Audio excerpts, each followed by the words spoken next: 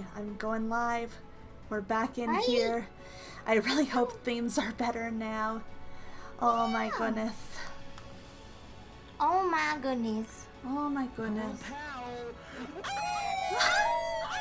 Oh! Oh! How was the delay with that? How was that? Oh my Good. gosh. Perfect. Devastation! Oh my gosh. The delay's gone. Yay! Yay! Yay! Yay! Let's get it back! Let's get back in! Yeah! Yeah! Yeah! Turning it off and turning it back on again. Works. Okay, now here's the next problem. Yeah, are we able to go back a couple scenes? We basically ended back in the hallway. No! Shoot. Were we talking to the painting still? No, I think it was right after the painting, Okay. when Michelle was heading back to the, oh no, it's buffering. Okay, no, we're good. When Michelle was heading to the hallway to go down to the Okay, then door. we didn't get too far then. I think that's fine. Okay, good. Yeah, so basically, Michelle was like, okay, well, the painting said I have to go talk to them, so I'm gonna go start with the hallway. The rose garden. So we walk down to the rose garden, and he opens the door, and then we see this figure that's like, oh God, tell me it's not my fault. Oh no, please. I didn't mean for this to happen. Okay. Okay, let me read this line again. Let me pop this out, make it bigger. Okay. Wait, take a drink. Take a drink. Okay.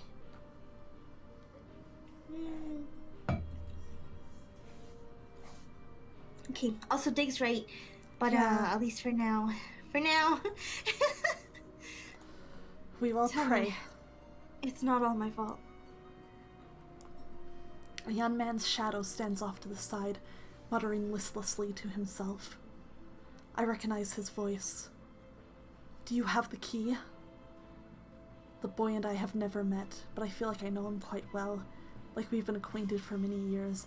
Don't cross your toes. Freyja might be really into that. That's dangerous. Stop! I don't like toes! I don't know how to tell you all this, but I don't like toes! I know how polite and mild-mannered he is. I know how kind, and how vulnerable, how human his heart is. However, very little of that boy seems to remain. This isn't what I wanted. Oh God. Please answer me. Someone get me out of here. Tell me it's not all my fault. Answer me, Mel Rhodes. I know that's you. Huh? As soon as I say the shadow's name, it turns to face me. I still can't Fuck make you, out... Tyrek. Sorry. Her rage, she's so mean. She's so mean.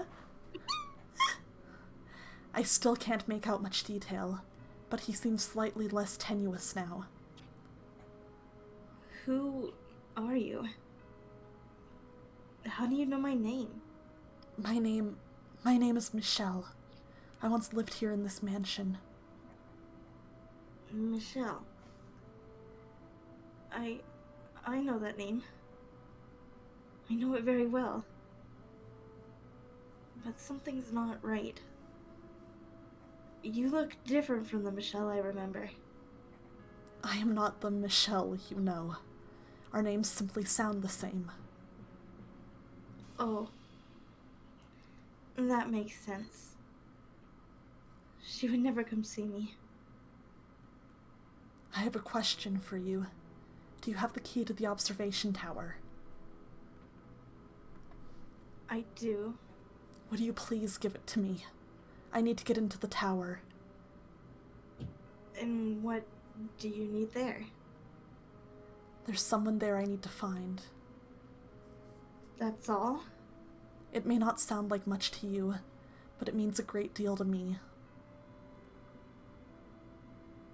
You're not one of her prisoners, then? No.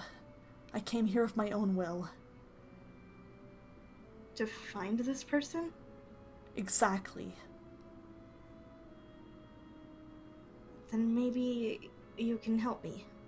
Help you how? Set me free. Convince her to release me from this place. I'm begging you. The anguish emanating from the boy's shadow is so thick it causes me to recoil. There's a thread of dark desperation in his voice. Has he been imprisoned here for hundreds of years like Giselle? Promise me you'll get me out of here. Am I even equipped to judge whether that would be a good decision or not? All I know of him is his time in the mansion during the era of roses. I know nothing else of his life. I don't even know if I would be capable of keeping such a promise. Do I have the strength to save anyone other than her? Do you absolutely need the key? You won't agree to help me without it, will you? What? I dropped it. Over there. Huh? The boy is pointing to a thick bramble of roses. Despite the flowers themselves being wilted, the thorns are still sharp. Girl, how do you just drop a key there? What the hell? What the heck, boy? What the heck, boy? It was an accident, I swear. But I didn't want to scratch up my arm, so I left it there. Something ain't right with that boy. Something just ain't right. It's not my fault there are so many thorns. Kukushi makes a good point, though. We don't know a ton about, why Mel is here or what he did. I really want to hit this boy. Why couldn't you have just said so? Because I thought if I didn't have the key, that you wouldn't help me. There is only so much I can do, regardless of whether you have the key. I cannot promise you anything, nor can I be the judge of you. Let me see. I do not have enough information to make such a decision. Cheap promises and superficial kindness will only serve to destroy the both of us. It's also good. Now, if you'll excuse me, I'm going to retrieve the key. What? You'll never get rid of those thorns. I don't care if it's the bottom of the ocean. I will have that key. You're wasting your time. I approach the bramble, reaching out for it with my right hand. From behind me, I can sense the boy watching. First, I attempt to spread the tangled, thorn-ridden stems so I can put my arm in without injuring myself. But they seem to be made of iron rather than plant, and my efforts prove mostly fruitless. You're mine! That's what Michelle says as he reaches out to grab the key. Oh no! The only opening is barely large enough to fit an arm in and resembles the toothy mouth of a beast. Looking around the garden, I can't find anything that looks remotely useful. I guess my only option is reaching in. That's not going to stop me. I lean down, inserting my right arm into the thorny cavern. Immediately, they begin ripping at my sleeve and gashing at my flesh. Ugh. Blood spills down my arm. I'm Lonson's dead, no longer human, but the pain is still agonizing, still very much real. Giselle, she doesn't bleed, she doesn't feel pain. Am I not the same as her then? That doesn't matter right now. Focus on getting the damn key.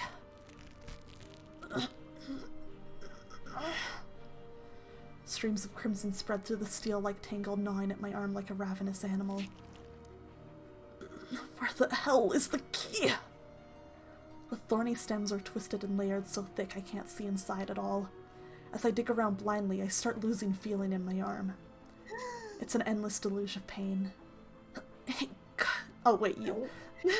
Hey, cut it out! You're going to lose your arm. I will not stop until I have the key. Don't ask me for help. You little bitch. Wasn't even considering it.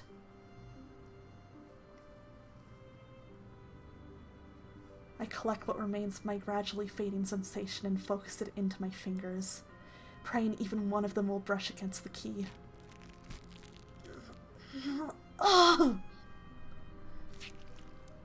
Damn it! Michelle's searching for his Microsoft Office key. But it's true, we'll do anything for Giselle. It's all for her. Yeah, he loves you so much. Anything for her. But as much as I search, as much as I dig, I find nothing so much as resembling a key. Which means it must be deeper than I can reach my arm. Even so, I could not give up.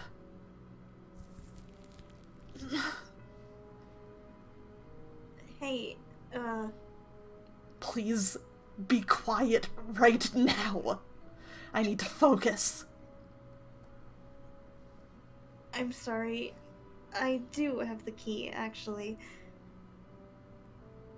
You what? I'm so sorry.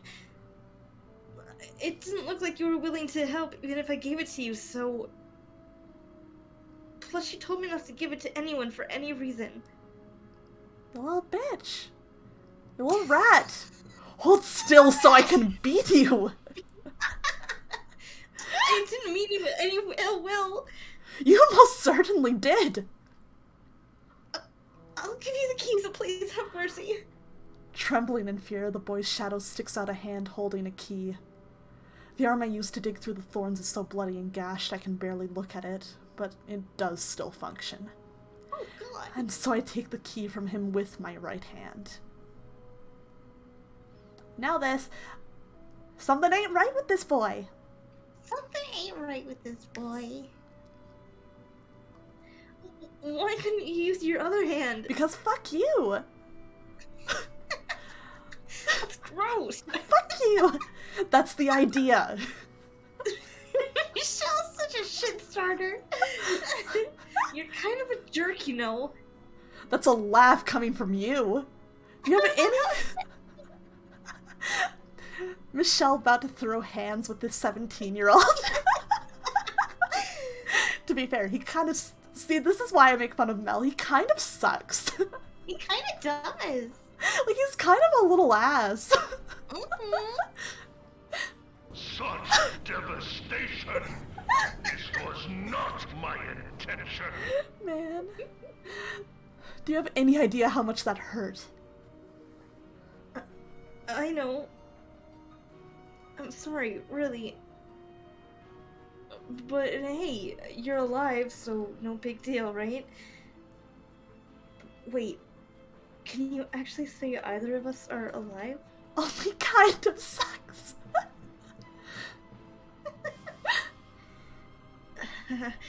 I don't even know anymore. Yeah, at least with the other two guys, like, you kind of know what you're getting from them at first glance. Mel is a little rat, tries to seem so innocent. Fuck you, Mel. Fuck you, Mel. I do actually like him as a character, but man, he drives me a little nuts. I'm just like, oh, I think you'd piss me off the most in real life just because you act so innocent. Uh-huh. I do appreciate you giving me the key, though, seeing as it seemed to be rather important to you, too. Hey, is this person you want to get back really worth going through all this for? She is. She's the one person who ever loved me. And she's waiting for me. I see. You know, I had someone that meant a lot to me, too. My sister. Which one? Which? The one with flaxen hair, like me. If you happen to see her, do something nice for her, please. That, I would say, is your responsibility. Yeah, you're right. But I'll keep it in mind. Thanks. In the tale I witnessed, the boy pushed his sister away. For an understandable reason, admittedly. But now he seems to bear no grudge for her. Did something else happen between them? Even if it did, I don't have time to ask about it. I'll be on my way. Alright.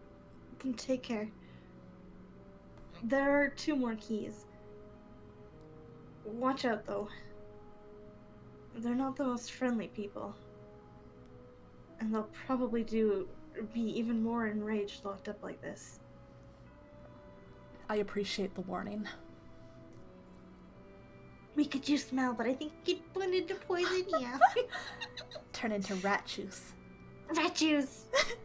If only someone like you had shown up sooner and taken the keys from us. Goodbye.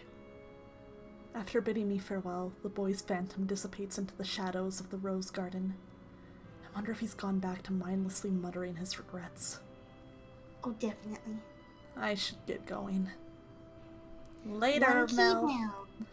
Alright. Do you guys remember where's next? To the den. Yeah. To the garden. I mean, to the cellar, sorry. Okay, I'm gonna make this a fast pull. Yeah. We're here. I missed. Whoops! It's okay. Watch him to actually have all the keys. Oh Like, my god. shit, sorry. I would be I so actually have mad. all the keys.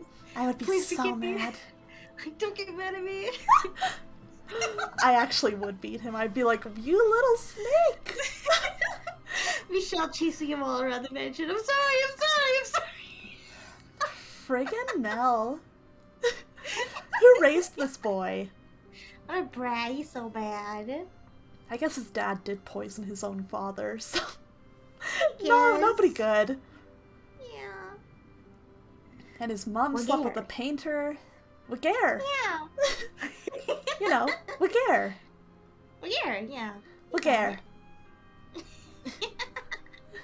Alright, looks like the cellar is the winner.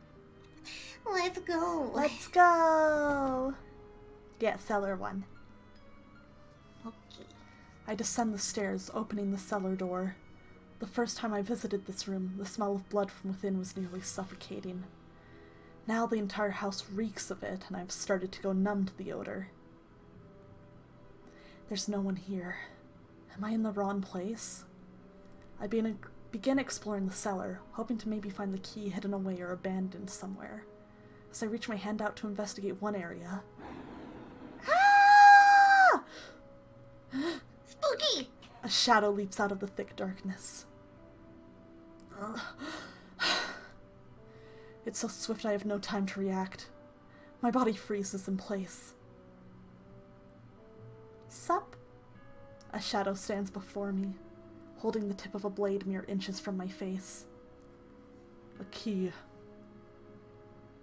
You have a key. I do, yes. Cold sweat trickles down my back. My voice is shaking and there's no hiding it. Imagine being face to face with someone like Yukimasa. Oh god! Scary! Yeah. The shade appears to be glaring at me, though I cannot make out its face.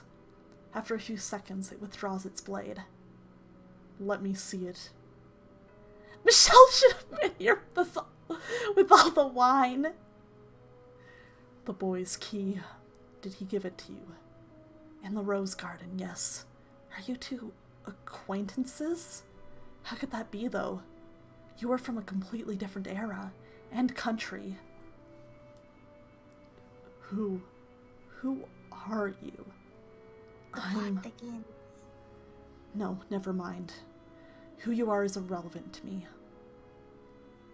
Are you human now? If you are speaking of my nature, then no is the only answer I can give you. You didn't kill me, though. If you wanted to, you could easily skewer me where I stand. If that's what you want, I'd be happy to oblige. What did you come here for? For your key. I came to ask if you would give it to me. You mean to open that door. I need to get into the tower, yes. I see. Take it. Thanks. What a good dude!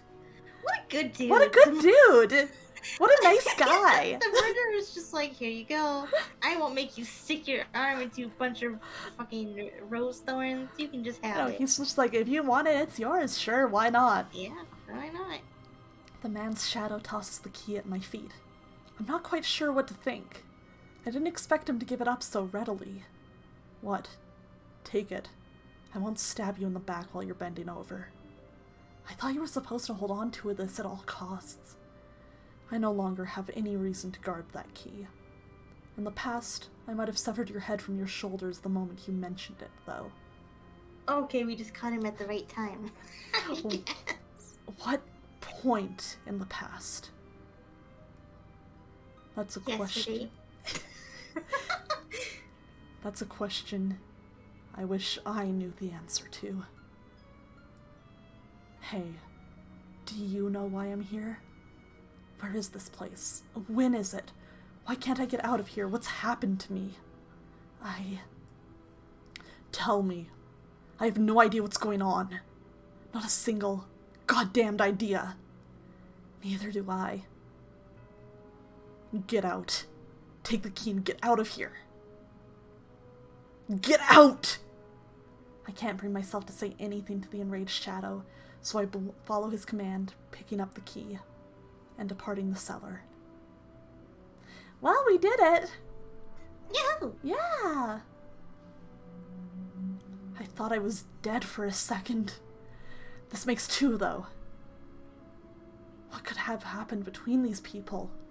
The painting mentioned a past with them, and Morgana spoke of the wicked men she cursed. Does that mean they did something awful enough to earn Morgana's spite? Uh-huh. But what? So you guys have any guesses yet? Or any vague ideas? Right now, though, I must push onward. If I'm not mistaken, the final key should be in that room. The room with the... Yeah, the Italian. the Italian.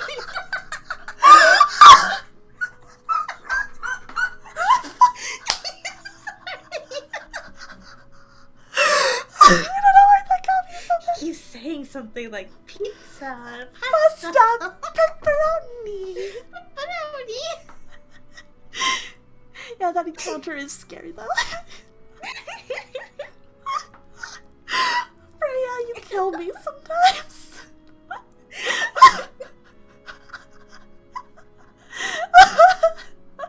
I need to calm down. I need to calm down instead of keeping on thinking about it.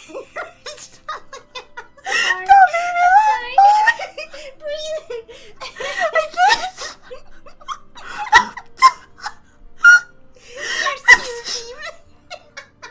Okay, I'll take a sip to calm down.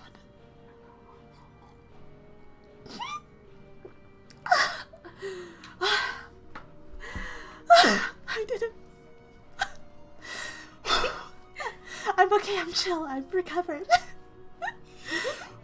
Okay, Michelle mode. Michelle mode. Michelle mode. The billiards table. Oh, thank you for the posture check, Kukushi. What is billiards anyway? I should get moving. I like that he doesn't know what billiards is because it wasn't invented yet. Me too. Once I have this key, I can get into the observation tower. I'm almost certain Morgana is waiting for me there, with Giselle. So I gather up my resolve and hurry to the last room, not wanting to take even a second longer than necessary getting her back. I love him! I know. He loves her so much. He does. He'll do anything for her. Uh-huh. I can hardly believe my eyes when I step into the den. In the middle of the room is a large rectangular table. So this is the billiards table. Several balls roll across its surface, and perched on one corner, looking The down at the Italian- floor, is her. Giselle. Giselle! The question of why she's here never crosses my mind. All I feel is elation to see her once more. There's no room for anything else in my head. I run over to her, put my hand on her shoulder. Thank goodness you're all right! And turn her toward me. What? Giselle. Giselle! I shake her, causing her to droop lifelessly. There's not a trace of light in her unmoving eyes. Why, Giselle, why? Say something, Giselle. Say anything, please. This can't be. You can't be. You can't be. My mind goes blank. I can't catch my breath. The world is hazy. Why is Giselle? Why did I have to find her like this? Why? I swore I would do anything. I swore I would never lose you again. No. This can't be. A thought crosses my dazed, despair-wrought mind. It's probably nothing more than vain hope, but... Not a drop of blood spilled from my breast. That's right. She doesn't bleed. So this can't be her. This isn't her! Or maybe Morgana has the power to alter Giselle's very nature. Kill her with the flick of a wrist. No, I don't even want to think about it. There's no hope to be found down that path. All I can do is pray. Beg for her to still be alive. Or, if alive isn't the right word, herself. My prayers bring me back to reality, which is when I realize... Huh? There's something hard pressed against the back of my head. I hear a harsh, metallic clink. Wait!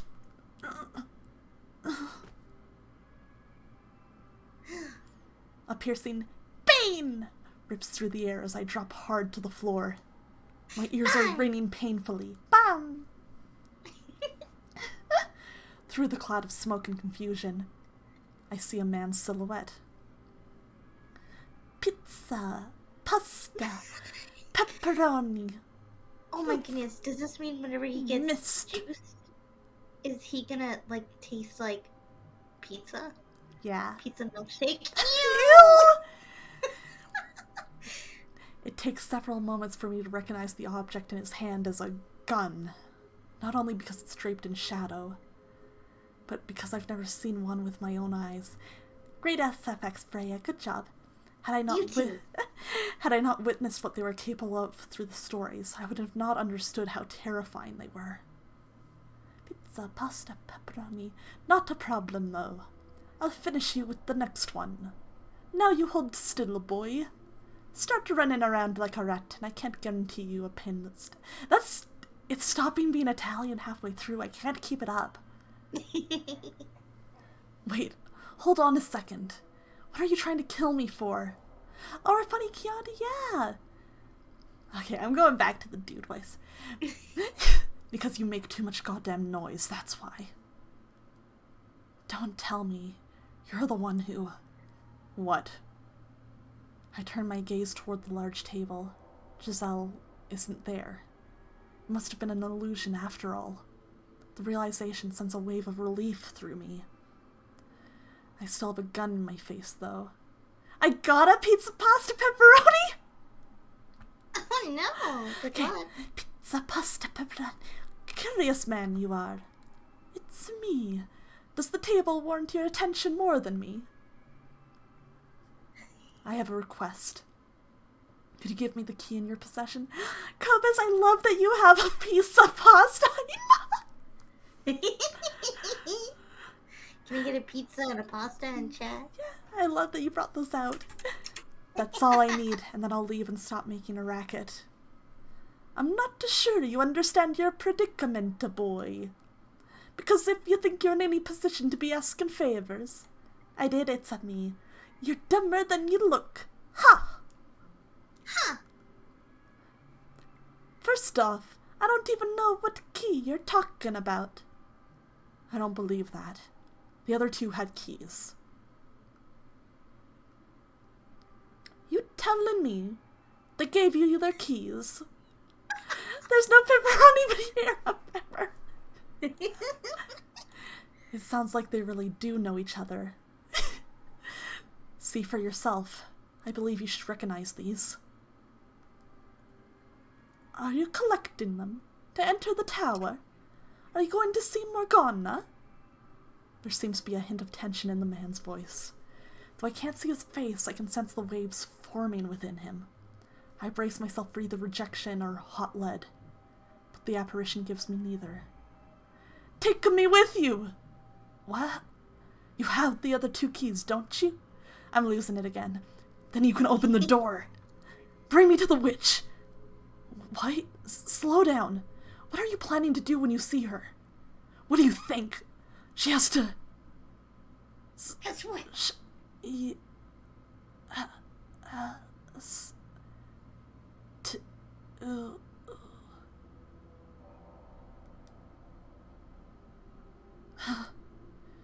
He's gone. She has to... What? What was he trying to say? Spooky. Oh, we got the key. That's fine, we have the key. Who cares about that? Yeah. Who cares about that guy? He's kind of weird. Yeah. He keeps slipping in and out of an accent. I don't know if it was real. I don't think he's real Italian. I don't think he's actually Italian. On the floor where the shade stood is a new key. Curious though I am about his last words. This makes 3. I have all the keys now. Are you trying to rile me up, Morgana? Are you enjoying yourself up there, showing me these phantoms and watching me squirm? What a brat. Just you wait. I'm on my way. I give the room a brief once-over before making my way back to the chapel. It's time! It is! It is! I'm excited for this part! Me too! 3 keys! The keys fit perfectly in the openings on the lock, and when I insert the last one, Are you not doing sound effects anymore? Oh, click! Open! What are we waiting for? I was like, okay, we'll wait for Freyja this time. We'll let Freyja do it. And I don't know why I hoped that you would, like, just psychically understand what I was trying to do there. It's okay. I will now. I'll understand now. The chain sealing the door falling to the floor. Have a good lurk, Misia! Good to have you here! They're waiting beyond this door, at the top of the stairs. I start pondering what I can even do in a face-off against Morgana, which sends a nervous shudder down my spine. I'm not going back down, regardless, but she is a witch, and I'm a mere human. Formerly human. If I'm not a master swordsman, nor do I wield a gun, I have nothing at all with which to fight her. I still have to confront the witch, though, no matter what. As laughably reckless, as foolish as I may be, I have no other option. I place my hand on the door, preparing to climb the tower where I once spent my last breath, Giselle locked safely away in the chamber at the top. The tower where I first met the witch. No hesitation. Giselle, wait for us! Yeah, we're coming for you, girl. We're gonna get you, girl.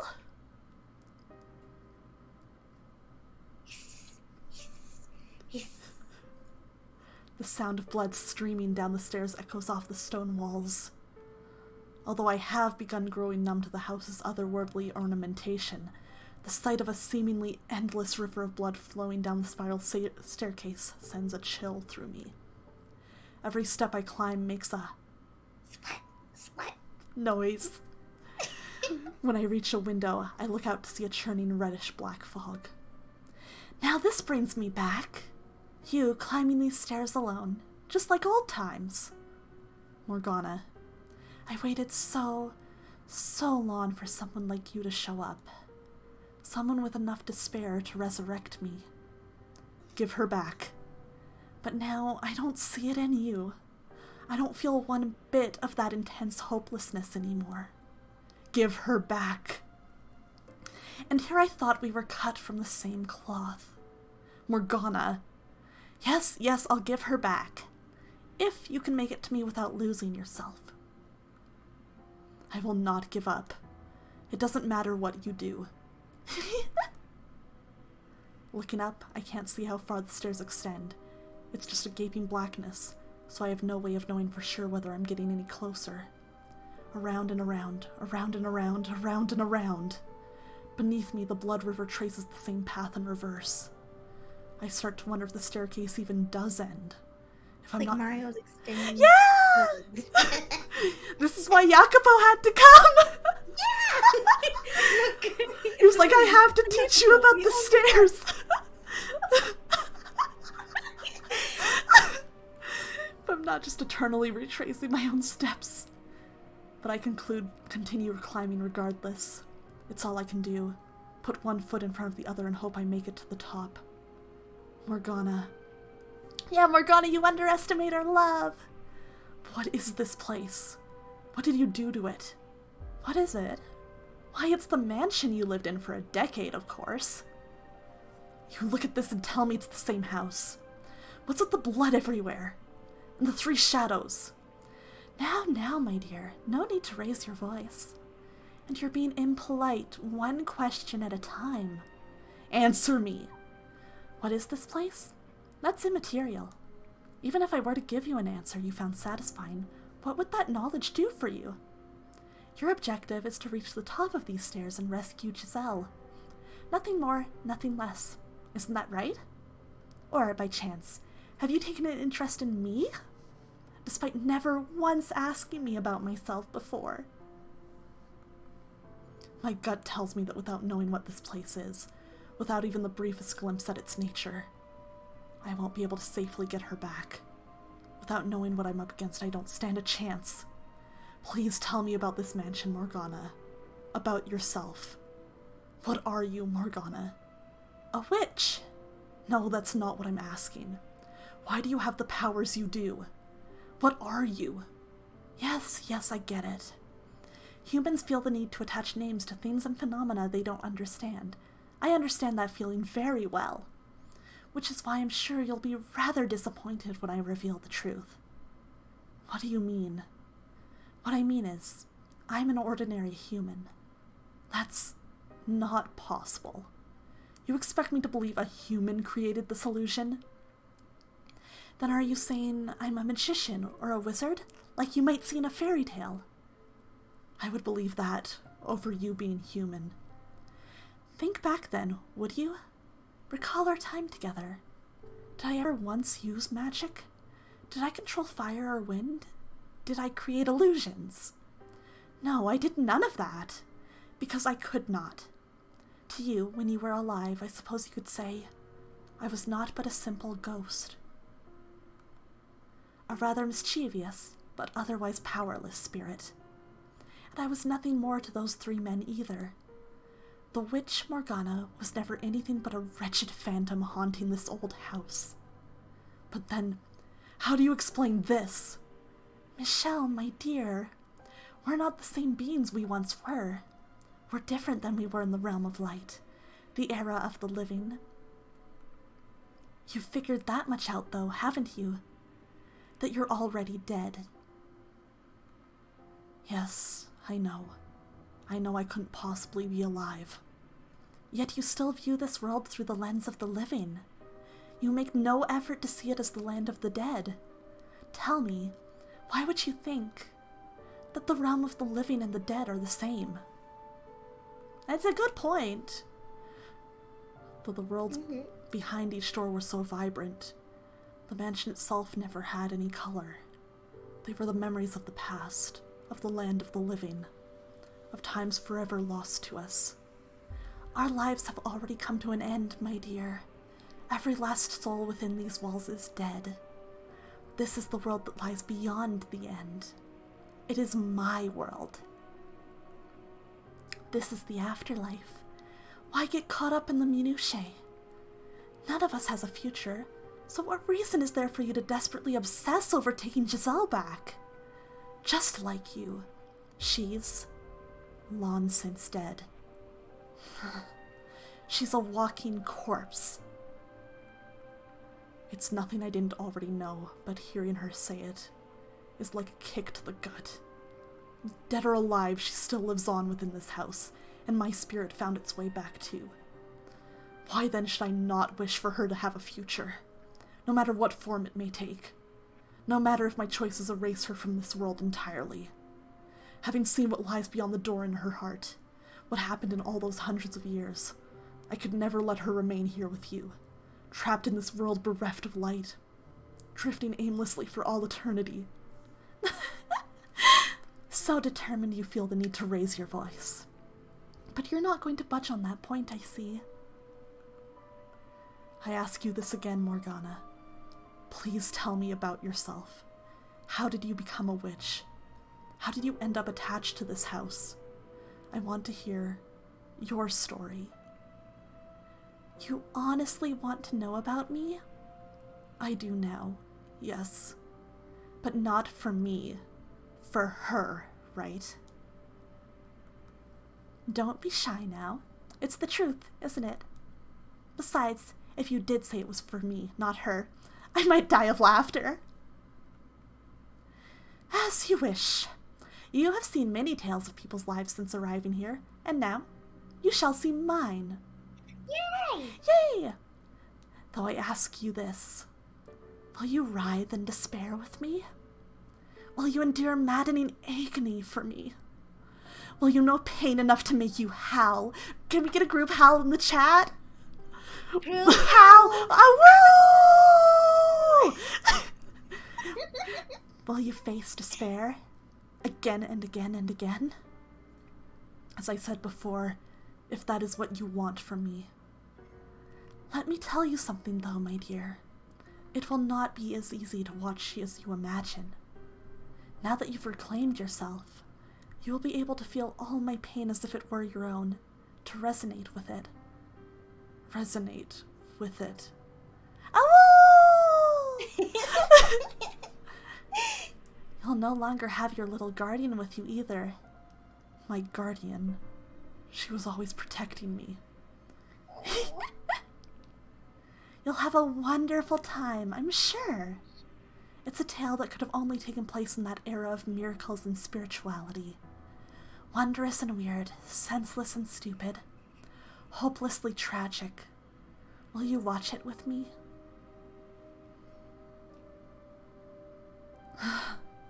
As soon as the final word leaves her mouth, I'm engulfed in darkness, not even given a moment to brace myself. The tower's stairs crumble beneath me. My feet have nowhere to go. As I'm being battered by the roaring blood river, my consciousness melds with another. Are you guys ready for Morgana's story? Morgana's story! Oh boy! Let's go! It's so good. Oh my god, it's so sad. Oh my New gosh. graphics! Yeah! Do you want I to... carry within me the child of God. That is where it all began. The words of one foolish woman determined the course of my entire life. Before I was even born, my fate was decided. Did her claim come from faith? Was it her way of escaping reality? Did she do it for money or fame? I don't know. I have been visited by an angel of the Lord. The village where she lived had suffered from years of poor harvest. It had been months since the last rain, and all the villagers prayed desperately to be blessed with succor. I am with child, though I have known no man. So proclaimed the pregnant woman in the midst of the drought. And on the day of my birth, the very moment I let out my first cry, a heavy rain fell down upon the village. The storm quenched the parched earth, nourishing the crops and saving the village. The villagers were astounded, for they had thought the drought would never end. As plump drops of rain poured down upon the village, they gathered around newborn me in exultation. Jesus! Jesus, is that you? She is the child of God. Perhaps there would be more wonder in claiming I had magical powers. Perhaps it would make a better story if I were to say there were higher forces involved. But all these years later, here's what I truly think.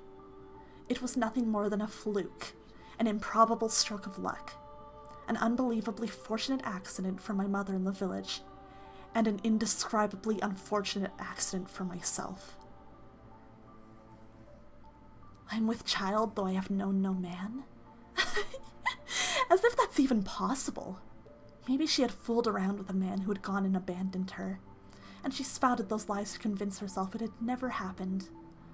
None of the village men made any claim to be my father. Perhaps he was someone else's husband, and as such he couldn't reveal himself, as adultery is a sin in the eyes of God. The girl they were praising as the child of God was, indeed, not more than the ordinary daughter of a wretched woman. At the time, though, I thought differently. I believed my mother's words, convinced I was a saint, and it gave me a sense of duty, of purpose, rather than superiority. As the daughter of God, I believed it was my responsibility to help anyone in need. So every day I prayed. I asked my father what I could do, what I was meant to do. Not everyone is equally good, however. There will always be someone who lends their ear to the devil's whispers. One man claimed I was the daughter of a charlatan. He shouted for all to hear. If you really are the child of God, then perform a miracle for us. Could he have been any more unreasonable? Miracles are neither magic nor parlor tricks. They are realized through the power of faith. A lowly villager has no place demanding God prove his own divinity. It is the height of arrogance. But the man refused to heed my words, so having no other choice, I contemplated what I could do to show him I was, indeed, a saint. And the blood was the spark of my inspiration. Michelle, the time when I lived and the time when you lived were not so different. Our views and beliefs about the world are very much the same, so you should understand that in our time, blood was seen as unclean. It was a dreadful thing, ridden with diseases, which is why we drained the blood from animals and purified the flesh before consuming it. But being a saint, my blood would have been different. Like the blood of the saints who came before me, mine would be blessed. I believed it would be able to cleanse people's impurities. For my demonstration, I chose an elderly woman afflicted with a terrible disease. She was on her deathbed, and no one thought she would live longer than another day or two. The woman was overjoyed when I came to visit her. Sincerely believing me to be a holy servant of the Lord, she gathered all the strength she could muster to climb from her bed and kiss my feet. I felt an intensely deep love for this woman. Placing my hands upon her cheeks, I said with all the kindness in my heart, "My beloved sister, partake of my blood." The woman agreed without a glimpse of hesitation, and so I pricked the tip of my finger with a knife and let the blood drip into her mouth. Within 3 days, her health had improved enough for her to get out of bed unassisted. Wow. Seeing that, no one in the village doubted my powers any longer. In fact, the man who had accused me of being the daughter of a charlatan was subsequently punished for his sins. He received much-deserved retribution for challenging the daughter of God, for mocking her. But of course, being a saint, I forgave the man. He in turn repented and changed his ways, worshipping me as the true child of God. Now, I'll be honest with you. I was ecstatic, utterly elated. I felt like I was on top of the world and I reveled in it. The villagers showered me with adulation. They revered me, the daughter of God. Anyone who didn't was punished. And on top of that, my blood could cause miracles. Tell me, do you look down on me for feeling the way I did? The actual child of God would never let herself be consumed by such base emotions, would she? But if you would give me a chance, I would like to explain myself. I was but a young girl at the time, and to a child, her mother is the world. Anything she says is the absolute truth. So when my mother's claims so happened to coincide with a lucky miracle, my young mind was set in stone. I was a saint. My blood could heal the sick, and nothing would convince me otherwise. After all, I was but a girl of 6 years old. It is not my place to decide whether my blood truly had miraculous powers or not. If you think it did, and if you think it was all happenstance, then so it was. Miracles are brought about by faith, so the elderly woman who was healed was done so by the power of her own belief. Baseless hope and desire can, at times, make the otherwise impossible reality. You understand just how major a role religion played in our time, don't you, Michelle? Especially as someone whose life was taken from him in the name of God. And you understand how powerful word of mouth can be as well, don't you? It didn't take long for the word of the miracle-performing child of God to spread. Travelers from faraway lands came to our village, all in search of aid. Driven by a mixture of elation and duty, I gave my blessings unto every pilgrim who sought them. I gave them my blood, yes. My young hands were perpetually covered in wounds. Running out of skin on my fingers, I cut the backs of my hands, my palms, my wrists.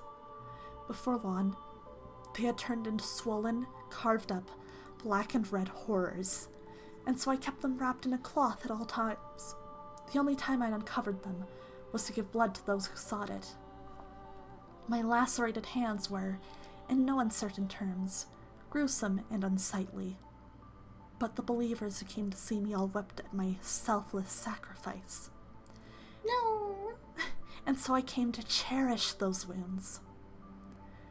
There were some for whom no miracle took place, but whenever that would happen, the villagers would come out and say, "The daughter of God is not to blame. You simply lack sufficient faith." Thus, such incidents had no negative effect on my reputation as a saint. For 3 years, I continued doling out blessings. One day, while I was offering a prayer, my mother let slip her discontent.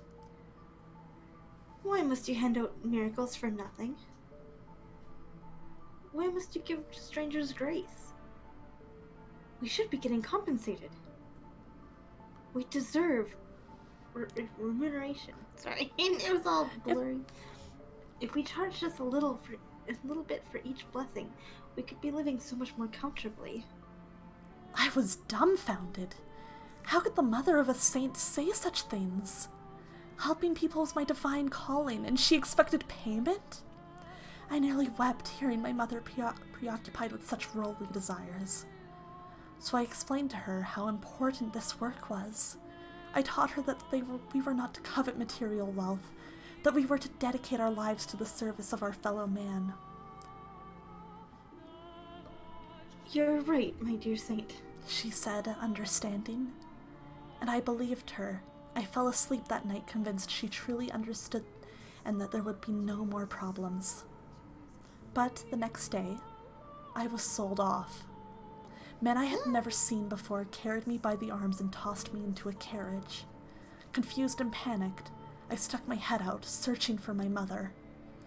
Off in the shadow of the house, I saw her with a strange man, accepting a bag of coins. The carriage rocked back and forth as it rolled along a dirt road. Shaking and bouncing within it, I struggled with overwhelming grief and despair. It was, perhaps, the first time in my life I had felt such a powerful emotion. I didn't know what I felt so much despair over, though. Obviously, it was over my present predicament, but I wasn't sure what about it hurt the most. Was it that I had been pawned off like a slave? Was it that my mother, the mother of a saint, had been blinded by the money? Was it that the villagers had watched in silence as the disciple of the Lord was thrown into a carriage? Or was it that I, daughter of God, lamented my misfortune like a mortal? I decided it was a trial. My father, the Lord God, was testing my worthiness of being his daughter. So I choked back my urge to cry and sat there in silent contemplation. She's so strong. For almost 3 weeks was I rocked around in the carriage. The coachman treated me well enough, but I'm certain it was only because he didn't want his precious cargo dying before he could deliver it. He did not, by any means, think me the child of God. The 3rd week, the carriage arrived at a city. It was much larger than the village I had grown up in, with many, many more people crowding the streets. Something about them felt different, too. They all spoke in a tongue foreign to me, which is when I realized I was far, far away from home. I was delivered to the lavishly decorated mansion of the region's lord. Brightly colored flowers bloomed wildly in the garden as guests laughed and ate extravagant meals. And in addition to them, there were probably 4 times as many slaves moving about the grounds. Getting a range of looks from everyone we passed, from smartly dressed men to scrawny, emaciated servants, I was led to the Lord's chambers. The Lord was surrounded by beautiful women. Perhaps they were slaves, or perhaps they were prostitutes. I couldn't tell. Among them were some girls hardly older than me. They all wore thin swaths of cloth, barely covering themselves at all. The Lord looked me up and down, and with a laugh he said, "Welcome, daughter of God. You'll be performing miracles for me now." Oh no. "Miracles are not something to be performed for one single person's benefit," I replied, shocked and furious he had just said something so utterly blasphemous. In response, he said, "I bought you. You are my property. You have no right to an opinion." But I would not have any of it. I entreated him to give up his indulgent lifestyle and devote himself to the service of the Lord.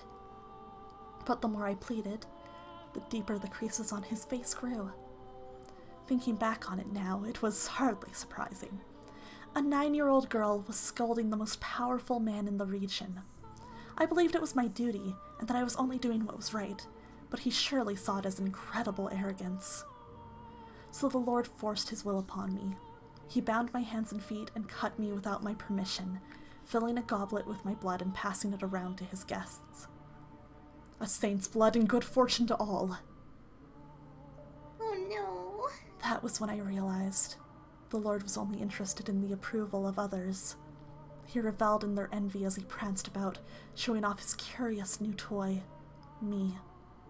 He didn't need my miracles. Neither he nor any of his guests were afflicted with disease or misfortune. They were all richly blessed. Every time he threw a banquet, he drained me of my blood. It became nearly impossible to find a spot on either of my arms that wasn't a swollen, reddish-black gash. And soon, because my arms weren't providing enough blood for him, the cutting spread to my legs. I lived in a haze of half-consciousness. Honestly, I'm amazed it didn't kill me, but perhaps the Lord was simply taking care not to take more than my body could spare. Yet they were having blood banquets. Disgusting. Just cutting up a little girl. Watching the wealthy partygoers laugh and sip my blood through bleary eyes, another wave of despair came over me. My miracles, my blood, were not meant to be an appetizer at a feast. They were meant for the sick and the poor. But despite my wishes, the Lord persisted to squeeze me dry day in and day out for his own enjoyment. For a while, I was convinced it was all God's test, that it was part of his plan for me, his daughter, that if I could make it through this trial, I'd be allowed to go back to helping people.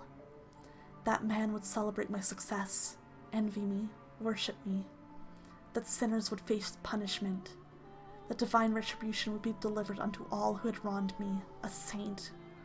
With each passing day, my spirit grew more twisted. Would anyone have believed that scarred and bloody girl tied up on the floor in the banquet hall was a saint? Unlikely.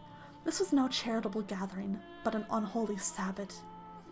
Perhaps it was caused by my corrupted spirit. Perhaps it was my heart's way of crying for help. Or perhaps it was the devil giving me my witch's mark. But no matter what the cause, during one of the bloody banquets, I underwent a transformation. I was half-conscious, as usual, when one of the guests pointed at me and shouted something. His face went pale, as if he were afraid, which I found quite curious. The Lord then approached me, grabbing me by the hair and lifting my head.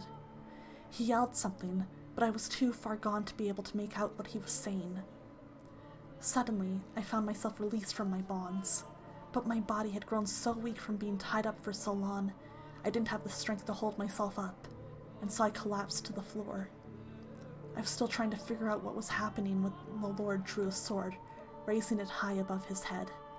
His words in that moment reached me with perfect clarity. "You're a damned witch wearing the saint's skin." A witch? Why was he calling me a witch? I was the holy daughter of God. I had certainly never made a pact with the devil. What could have given him that idea? What was in store for me now? Had God performed some kind of miracle for him? Dozens of thoughts and questions floated through my mind as death hung over me. I couldn't comprehend anything, and so I didn't feel any fear or anger at my impending death. I was simply curious. What had happened to me? But before I had the chance to find out the answer, the Lord swung down his blade. Uh-oh, Scoob. Ruh-roh, Hydrate. Reiki. Oh, hydrate. Okay, I will hydrate. Good. Ah. Yeah, this is a big talking session for me, but I'm having fun. This is one of my favorite parts. Yeah, so good. Without warning, Oh, Morgana. without any time to prepare, the darkness drains away. And a second later, I crash into the stairs, hard. Right at my ear, I can hear the Hiss, hiss. of the river of blood. The world fades in and out of view, giving way to very real images of a past I never lived. I can practically feel the fire in the eyes of that mad blood banquet's guests. My vision distorts. I can't regain my focus. Whose blood is this streaming down the stairs? Is it hers? Is it mine? Who am I? A saint? A witch? Is what I'm seeing through a lens of clarity? Or madness? Wait, no. I am not her. I am Michelle, no one else. Whew. It hurts, doesn't it? It's hard to breathe. Your chest is on fire. Your vision is blurry. It's dark. It's lonely. It's scary. It's frustrating. It's disheartening. Exasperating. Isn't it? What you're feeling is exactly the pain I felt. This stream is powered by Bunny FX. Subscribe for your Bunny FX today. I reach my hand out in a plea for help, which is when I see something I can hardly believe. Oh no. Both of my arms are covered in gashes, blood flowing from them without end. The raw flesh beneath my skin has been exposed to the open air. All I can bring myself to do is scream. The pain, her horrible past, is doing everything in its power to break me. That 9-year-old girl's sickening experiences are twisting and constricting and crushing me. Why is this happening to you? Are you really that slow, my dear? You're empathizing with my pain. You're just that kind-hearted, Michelle. Yeah, this is what happens when you're an empath. This is me all the time. Yeah, this is what happens when Freyja sits down and watches the news. You said you wouldn't give up, didn't you? That you would make your way to me. Then surely this won't be enough to do you in. Of course it won't. Mustering up every last bit of strength I can, I begin crawling up the stairs. The red river beats against my open wounds, stinging painfully. The simple act of lifting an arm or a leg is almost unbearably agonizing. The blood dripping from my lacerated arms mixes with the blood already soaking in the tower. So this is the pain Morgana suffered? Do you despise everyone, Morgana? Did your resentment at your mother's betrayal, and the people who came seeking your blood, at the Lord who took your life, turn into a hatred for all mankind? Your perception of me is still incorrect, Michelle. My grudge is only against a select few. Think about it, my dear. Of the thousands, millions, billions of people living on this planet, my world is still comprised of but a minuscule fraction of that. Hatred for all mankind. No, what I feel is not nearly so nebulous. Although, if I had died still believing I was a saint, maybe I wouldn't have such a well-defined mission. Are you saying the Lord didn't kill you? Oh my, did you actually think that was the end of my tale? Is this how Freyja feels when she plays Among Us? Yeah. Ooh, I felt that getting stabbed in the back. Oh no. Despite all your big talk, you're afraid of having to suffer through any more of that, aren't you? But you're the one who said you wouldn't give in. So go on. Know my pain. Without losing your mind.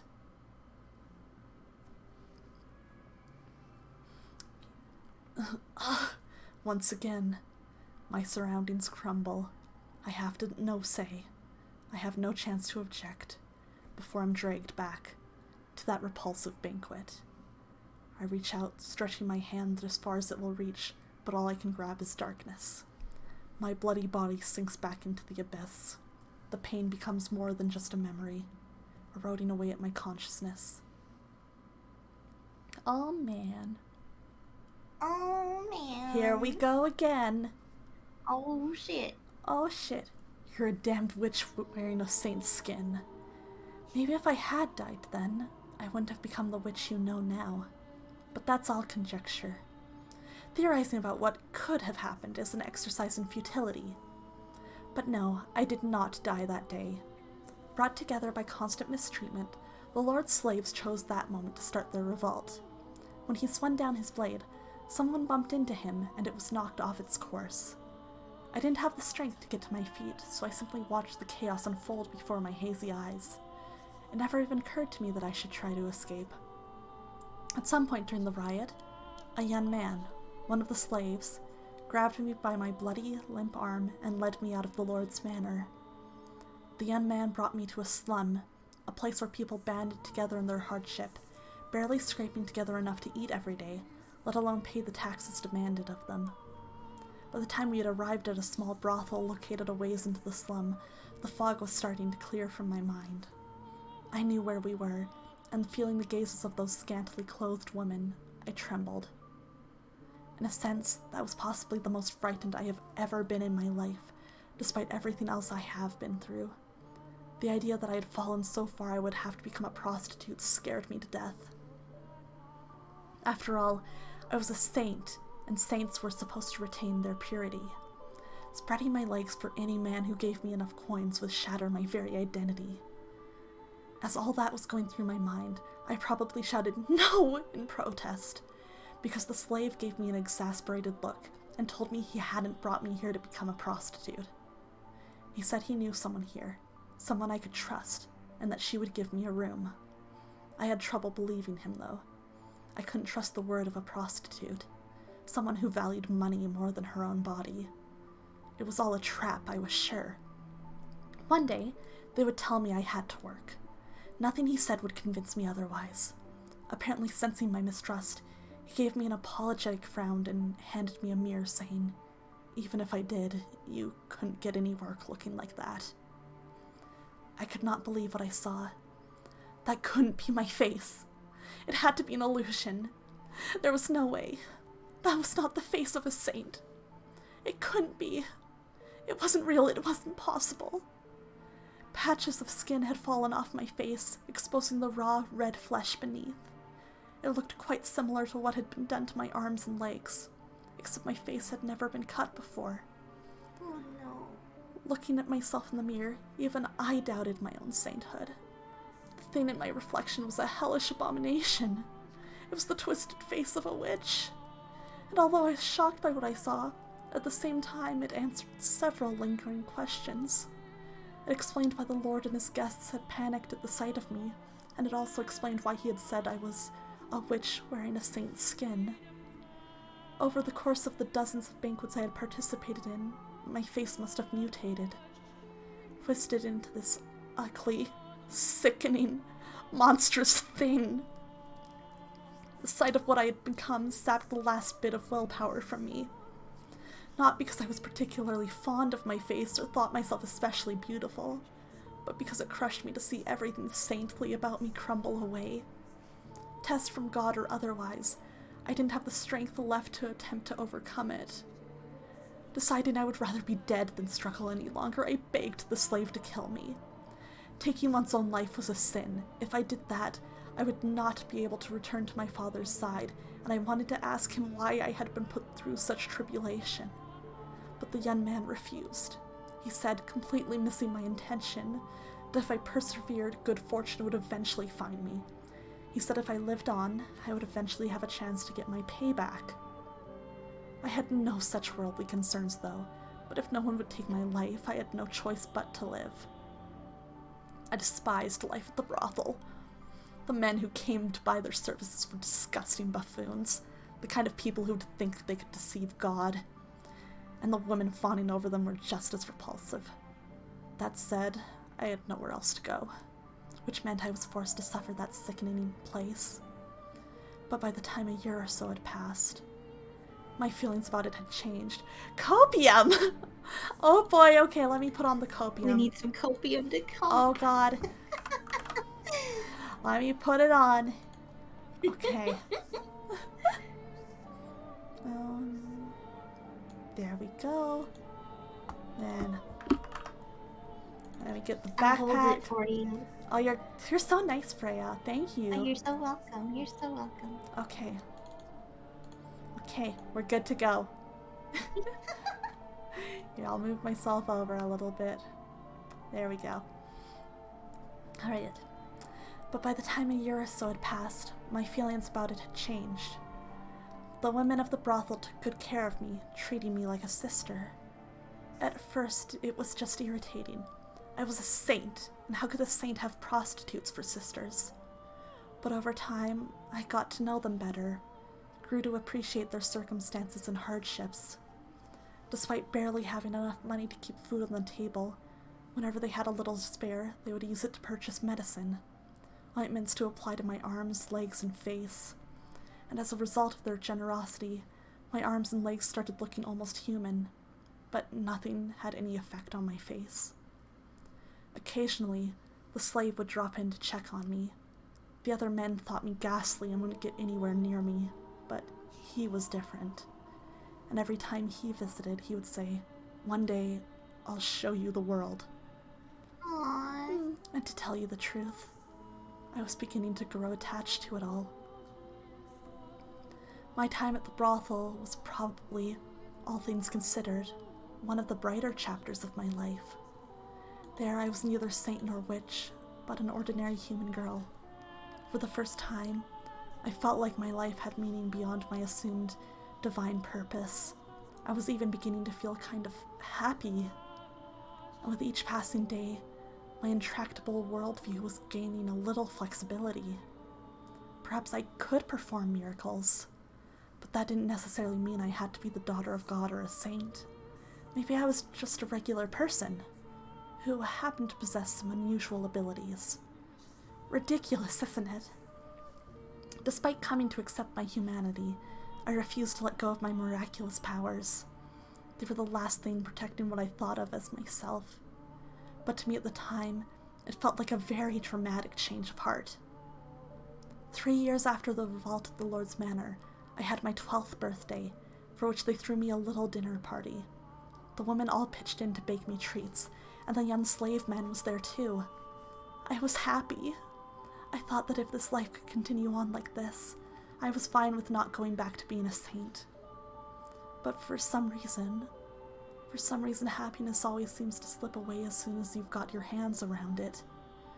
No one sincerely wants to lose it, so why must they? I certainly didn't mind not being miserable. Let me tell you what happened that night. On the night of my birthday celebrations, bandits attacked the brothel. On her birthday? On Come her on. birthday! Give her a break. It was her birthday. I know. Jerks, wait until another night. Yeah. Now, bandits were hardly a rarity in that time, so everyone was always on the lookout and we never went out at night. They wouldn't stop at robbing you either. They were armed with blades and would frequently kill their targets if necessary. But cautious as we were helpless against a direct raid. The brothel fell into a panic, screams echoing in the night. The customers were carved up and left for dead. The women were bound and stowed away to be sold. My peaceful world shattered in an instant. And the next thing I knew, I was in some slave trader's merchandise. I don't know what became of the prostitutes who cared for me, or the slave who brought me to them. I assume the women were sold, and the young man slaughtered. But regardless, I found myself being rocked around in the back of a carriage once more. No. The carriage was packed so tight you could barely see the floor, and it smelled like death. Sweat, urine, feces, every foul odor imaginable compressed into a tiny space. There were both men and women there, nearly all of them muttering or groaning or weeping. Everyone was young, ripe to be put to work. It didn't take me long to realize what fate awaited these people, and me. And when I did, I just sat there in silence. Then, for the first time, I cried. I was experiencing, I believe, a very human emotion. Imagine all of that. Like, she went through so much. This is the first time she cried? I was sad. Hurt that I had been taken away from a place where I was happy. From the woman at the brothel and that young man. It crushed me. And no longer did I wonder why there was such a thing as was happening to the holy daughter of God. Something about my tears must have seemed strange to him, because one man saw me and said, "Why are you crying?" He was a curious man. To start, he looked very different from anyone else. The color of his skin, the length of his nose, the shape of his eyes. Everything about him was new and unusual. Hesitantly, I replied, "I'm sad because I didn't get the chance to show my gratitude to people very dear to me." The man fell silent, looking as though he was in deep thought. I had no idea why he asked me that, but something about him made me uncomfortable, so I couldn't bring myself to ask. Several hours later, the man suddenly stood up. The guards had no patience for anyone stepping out of line, and they didn't look like they would hesitate to kill us either. So unsurprisingly, one at the back of the carriage drew his sword and pointed it at the man. What was surprising, though, was what happened next. The man, his hands shackled like the rest of us, leapt for the guard, slamming his fists into his face and stealing his sword. The entire carriage was in shock. The guards were too stunned to effectively react, so they were quickly cut down. And because the one-man uprising had taken place between cities, there was no one the slave traders could ask for help before they were slaughtered. In the blink of an eye, it was all over, and there was nothing human about what I had witnessed. If I had to describe it, I would say it was as though a wild beast had attacked. The man ruffled through the slave trader's clothes until he found the keys, which he brought to me, ordering I unshackle him. And so I did as he commanded. Once they had enough time to process what had happened, the would-be slaves applauded. Their wretched souls had been saved. And for a moment, I believed so too. When the man's hands were free, he rolled his shoulders a couple times, made sure everything was in place, and then he began his massacre. Oh God. Screams of agony filled the carriage as he ran his sword through the helpless men and women packed inside it. Blood and guts were splattered against every surface, and those who tried to escape did not get far before being mercilessly skewered. It was like a scene out of a nightmare. I was frozen in place, not out of fear, but because my mind had shut down. I couldn't make sense of what was happening, so my mind rejected it. And with my brain having given up, my body was no more than a lifeless puppet. Yukimasa, not again. Come on, dude. In short order, all the slaves were dead, and I was sitting in a pool of blood staring at the man. He pointed his blade at me, and with a little smirk said, "Why don't you run?" In turn, I asked him, "Why did you kill them?" The smile vanished from his face, and after a few moments of pondering, he replied, "Because I felt like it." "And why haven't you killed me yet?" I asked. To which he gave a curt, "I don't know," then withdrew his blade and wandered off into the distance. Oh man. And then I was all alone, surrounded by corpses. I glanced down, and half of someone's face was looking back up at me. Ew. What a nightmare. Awful, awful. That's so scary. I know. But it sounds like we found one man. Wrapped in absolute darkness. Warm blood spills onto my cheeks, my hair, my skin. Chunks of human flesh rain down on me. Make it stop. Pitter patter, pitter patter. That's also the sound of Freyja walking with her paws. Yes. Freyja like... Yeah. That's just what it's like. There's no end to the deluge. The smell of death fills the air. I'm struck with a wave of nausea so strong I can't hold back the contents of my stomach. Oh no. Me too, Kukushi. But, Yeah. but when my mouth opens to vomit, blood pours into it. Ew.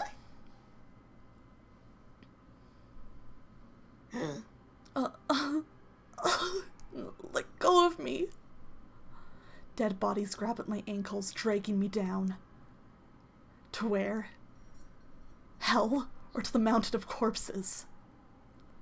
Now, do you understand there was a time?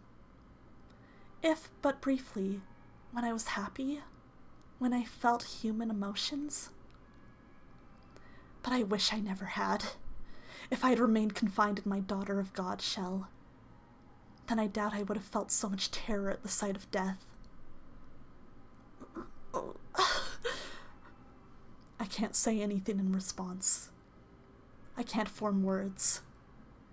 I feel what she experienced, the massacre she witnessed, the limp flesh piling up around her. Even more than twice her age, it's enough to drive me mad. The fact that a 12-year-old girl had to experience something so unspeakable devastates me. Tell me, my dear, do you pity me? Do you sympathize with me? If you feel bad for me, then you'll remain with me. You'll feel my pain and my despair with me. Won't you?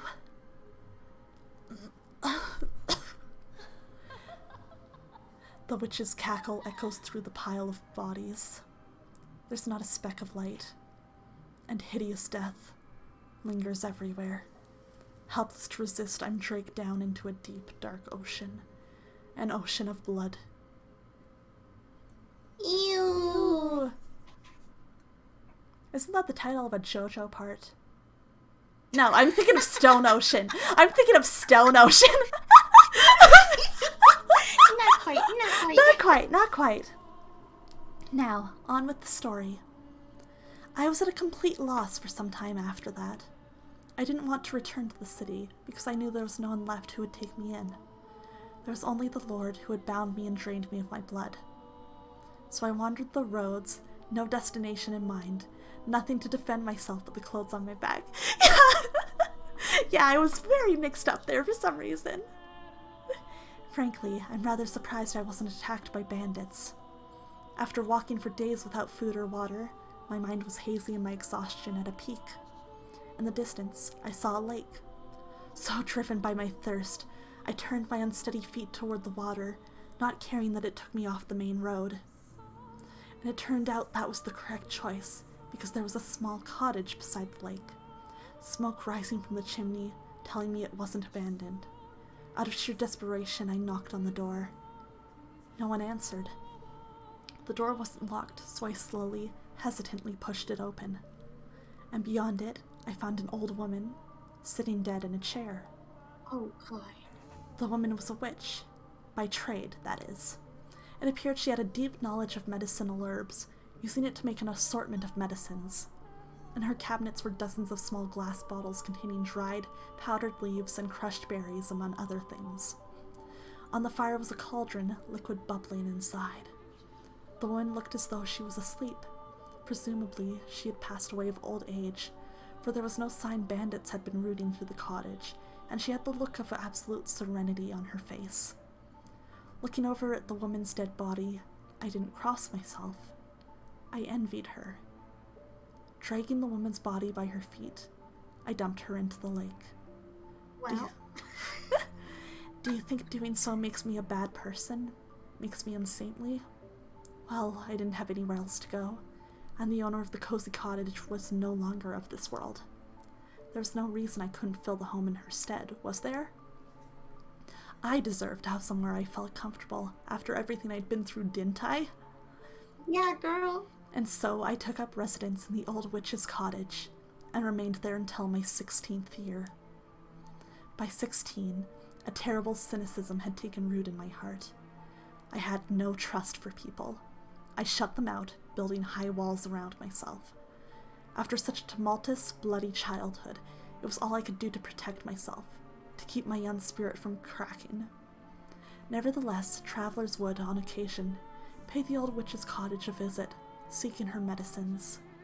Whenever someone arrived, I would cautiously crack the door open, telling them they could trade for whatever they wanted with food, never showing my face. One day, a young man showed up at the cottage. My sister has fallen very ill, and she desperately needs medicine. He was very soft-spoken. There was a distinct kindness in his voice, which I thought unusual, curious. What kind of person could he be? What did he look like? What expressions did he make as he spoke?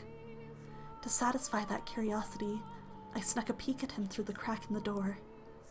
He was a handsome young man with flowing flaxen hair, and upon seeing me, he didn't flinch back in disgust.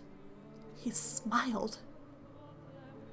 According to him, his younger sister had fallen gravely ill, and though they had tried a number of remedies, she was still bedridden. I don't know, Kukushi, what do you think? The medicines I gave him, too, had no effect, but he persisted in his quest, visiting me again and again for new combinations to try. He wanted nothing more than to relieve even the slightest bit of his sister's suffering. And, moved by his dedication to his family, I too wanted to do anything I could to help. For the first time in years, my world encompassed more than my small cottage. When the young man came, he would ask not only for medicine, but to go on walks with me. He volunteered to spend time with me, despite my horrifying appearance. Aww. It's not healthy to stay holed up inside all the time. You've got this beautiful lake right here. What do you say we take a little walk around the shoreline? He said with a smile, taking me by the hand. We spoke as we circled the lakeside. His voice was always soft and pleasant, like a ray of light shining through a crack in the walls. When I was with him, I felt like I could be an actual person, an ordinary girl. He talked about his sister more than anything, and whenever he did, he was at his brightest and most melancholy. The young man had been a member of a noble house, but disputes over who was the rightful heir had forced him and his sister out. Shortly after that, his sister had fallen ill and was now bedridden. I'll take anything at this point to make her better. I'll even take a miracle if I can get one. That word, muttered beneath his breath, sparked my memory. I was a saint. My blood had healing properties. I had no reason to hesitate. Someone needed my help, and who deserved it more than this kind-hearted young man's sister? So I decided to tell him what I really was, that my blood had miraculous powers, that it had saved people. That the moment I had been born, the drought plaguing my village had come to an end. That I had been known as a saint, the daughter of God. I told him everything, and he believed it all. He led me to his house, where a pale, sickly young girl lay in bed. She was a sweet little girl with the same flaxen hair as her brother, who looked like she would have been quite spirited if not for her ailment. It was touching to see the two siblings sitting there together, quietly holding each other. I would gladly give my blood for the two of them, and so I made a new cut on my arm, which had healed considerably thanks to the slave and the women of the brothel, and I let the girl drink of my blood. Neither of them had any doubts about my sainthood, and because they believed, a miracle occurred. The flaxen-haired girl recovered enough to get out of her bed. I was extremely proud of myself. I felt like for once I had actually saved someone's life. The only issue was, she didn't make a complete recovery. For a few days after drinking my blood, she was in good health, but her condition quickly regressed. I was deeply perplexed by this. A miracle had undoubtedly taken place, but it was only temporary. Now, though, I believe I can explain what happened. Her recovery was nothing more than a placebo effect caused by her faith. But that's something I couldn't have known at the time. We were all three perplexed, and we were all three disheartened. Nevertheless, I was prepared to give her my blood as many times as needed. Whenever her condition worsened, the young man came to request more, and never once did I turn him away. On the contrary, I enthusiastically offered her my services. Over time, though, the hope in his eyes began to fade.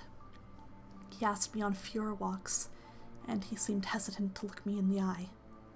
I assume it was out of discomfort, out of guilt, out of shame about asking for blood, but I don't think his concerns were for me, rather himself and his sister. As I mentioned earlier, blood was considered unclean in our time, and not only was I giving mine away, I was having his sister imbibe it. Canadian Blood Services would have loved Morgana! Yeah. Looking at it that way, it would hardly be a surprise for him, or anyone else, to think what I was doing depraved. As time passed, the flaxen-haired young man seemed to grow more and more disturbed by me. That was what I got for opening up. That was what I got for letting his kind, warm light shine in on me. The moment things went bad, he pulled away. There were times when I thought I shouldn't have done anything in the first place, but regardless, I held fast to my original decision. I would put myself on the line for them. No one else. Just them. Even if he was afraid of me or had no interest in seeing me, I would continue offering her my blood, and I was firm in my resolve.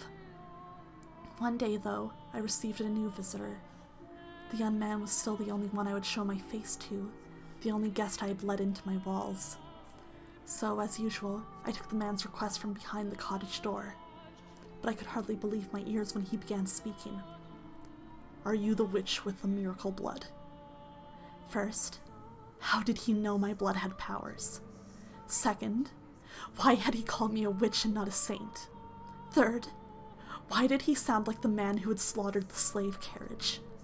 Uh-oh. I told the man he had to leave, that I would not be opening the door for any reason. In response, he said, "I am in need of your blood. Could you not spare a little?" My blood was for the sick and needy. I would never spare a drop for a murderer like him. I told the man exactly that, demanding he leave. All I could think about was the pile of bodies, the fountain of blood, the man drenched in crimson wearing a ghastly smirk. I trembled behind the door, fearing he may go on another such rampage. But instead, he gave a simple, "As you say," and went on his way. Oh, I let out a deep sigh of relief, which is when I realized tears were rolling down both of my cheeks. Oh, no. Like an ordinary girl. 3 days later, the flaxen-haired boy showed up at my cottage. Right when I took a drink is when he showed up. Melly, at the worst timing. Bill, why you always gotta do this? I'm sorry for being so distant lately. I want to talk things over. Those 2 sentences were like a light shining from above. I wanted to talk to him too. I wanted to take a walk around the lake and listen to him talk about nothing. I wanted to experience the warmth of his world once more. And I wanted to tell him about the terrible man who had been there a few days earlier. About how scared I had been. I wanted him to tell me it would be all right. "I want to talk to you too," I said, opening the door without a second thought. The light of the sun was so bright, all I could make out was his silhouette. I couldn't see the look on his face or the look in his eyes. A gentle breeze blew past, and my mind froze. How could this be happening? What did it mean? Why? How? What was that man doing, standing behind him? Why was he carrying a sword? Oh no. Why was he coming into my house? And why did he swing it down, severing my arm? Oh no! I was in a daze. I couldn't make sense of anything. I didn't want to. My left arm fell to the floor before I even knew what was happening, and then my legs gave out. The pain, searing and unbearable, came a few moments later, as I was lying in an ever-expanding pool of my own blood. I did something then that I hadn't done before, that I resisted doing, no matter how much blood the Lord had stolen from me. I screamed. It was a hideous, visceral noise, a sound I had never thought a saint could make. The same ear-splitting howl the slaves had made as the man had butchered them. I writhed, I wailed, I wept. I crawled across the floor through my own blood. I begged and I begged and I begged for my life. The man walked over and picked up my severed arm, and then, shockingly, he tossed it to the kind-hearted young man, after which he said, "That's your share. Should last you long enough." Share? What did he mean by share? What was he talking about? Why had he given him my arm, and why had he taken it? Why was he talking like they knew each other? Why? Why? I had spared blood for him when he asked, hadn't I? So why was he doing this? Was cutting my arm off and stealing it easier on his conscience than simply asking? You understand how I felt, don't you? You can put yourself in my shoes, can't you? The young man refused to look me in the eye. Holding my bloody arm in his trembling hands, he fled from the cottage as quickly as his legs would allow.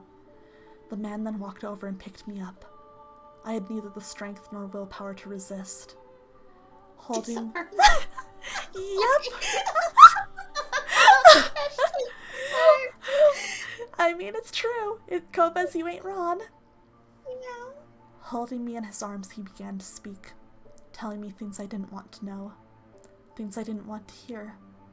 But he didn't care. Nothing personal. I just need your blood. Nothing personnel, kid. Without it, she'll lose her church. Don't take it personally. Tell me, is there anyone in this world who wouldn't feel a bit of spite after being put through such torture? How was I supposed to let that slide? No one's that much of a saint. My trust had been betrayed, and I was supposed to turn the other way? I know, poor Morgana, she trusted one person, and it turns out like this. A man had barged into my home uninvited and cut off my arm, and I was supposed to smile and take it? Is there anyone, anywhere, who doesn't feel even the slightest bit of hatred ever? Is there anyone in this world who could just laugh and brush off this level of abuse? Tell me, is there? How could I not hold a grudge? How could I not despise them? How could I possibly forgive them? Tell me, please. Tell me, how could I? She needs the money. I needed some way of getting enough money to keep her church running. So the Lord made an offer. If I brought him the witch with the miracle blood, he would finance a whole new church for her. The Lord? Why him again? Why couldn't he leave me alone? After trying to kill me during one of his blood sabbats, why was he after my blood once more? Had he learned it really did have miraculous powers and decided he wanted me back? You get to be the sacrifice, to keep her church from collapsing, to keep her world from collapsing. Sacrifice? Excuse me, what? And what's all this about keeping her church from collapsing? You murdered a carriage full of innocent people, and you're trying to protect a church? You? Are you out of your mind? Churches are where people go to commune with God, to speak with my Father. How dare you soil those sanctified grounds with your filthy hands, you beast! It's insulting, sacrilegious, repulsive. Just what do you think we are? So don't take it personally, witch. I'm not a witch. I'm a saint. I was a saint. My blood exists to do the Lord's work, not to satisfy the avarice of men. Why is this happening to me? The man brought me back to the city, but instead of taking me to the Lord's manor, he brought me to a church on the city's outskirts. Though to be honest, it looked more like an estate than a church. The church also served as a hospital, offering free care to less fortunate children, the poor, and the infirm. That was when I learned why he had said they needed money. The owner of the church offered unconditional assistance to anyone who came. Even when food and supplies ran low, they would ration their own in order to keep helping others. As a result, the church was perpetually on the verge of collapse. The church was run by a woman, something exceedingly rare for the time. There were no priests. All management was handled by a single nun, who everyone referred to as the Saintess. I was the saint. Why was this woman who didn't have the ability to perform miracles being worshipped like she did? Why did the people of the city idolize her? Why were their smiles all directed at her? Why was I not in her place?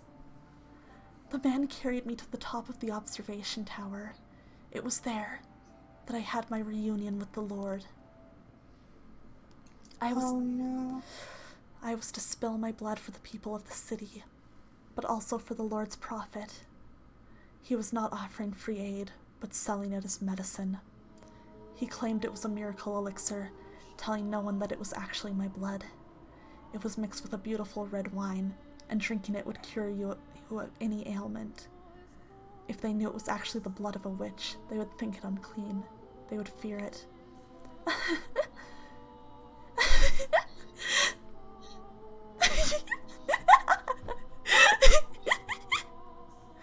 I remained imprisoned for a long, long time. In the beginning, the swordsman guarded me, but before long, the flaxen-haired young man showed up as well. Presumably, one severed arm wasn't enough to keep his sister healthy for long. In listening to their conversations, I learned that, to ensure no one else could get in, the observation tower was sealed with 3 locks. The Lord, the swordsman, and the young man each held one of the keys. I was their secret, locked away in the tower for them to drain of my blood away from wandering eyes. Time went on, and I grew progressively weaker. I lost the will to eat and the will to live. My only view from the tower was the clouds through a window high up on the wall. Occasionally, a pigeon would fly in, sometimes a butterfly, and I would glare in envy as it fluttered around, free to come and go as it pleased. And soon it was spring. Every spring the church held a festival to pray for the coming year's harvest and the people's well-being. I could hear the bustle from far below through the window as everyone rushed to prepare. I heard the flaxen-haired girl's voice, who had regained her health drinking my blood. I heard her brother's voice, who had betrayed me. I heard the nun's voice, who played saint in my stead. I heard the barbaric swordsman's voice, who had chopped off my arm. And I heard the Lord's voice, the root of all my suffering. I heard people praising the saintess, though I, the true saint, was locked in the tower.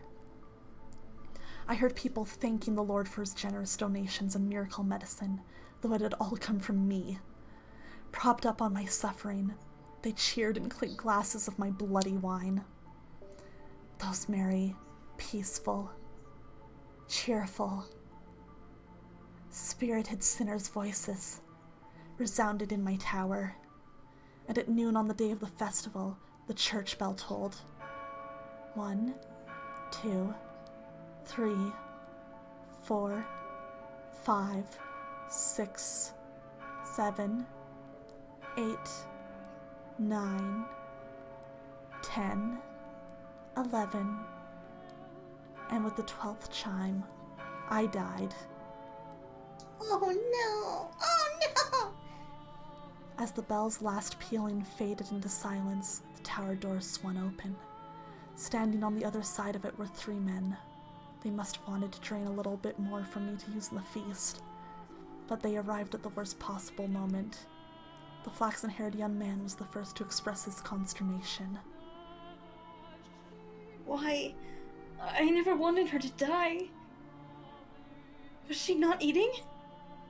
The Lord gave my corpse a casual glance, and stone-faced, "Seal the tower off. Understood? No one finds out about this."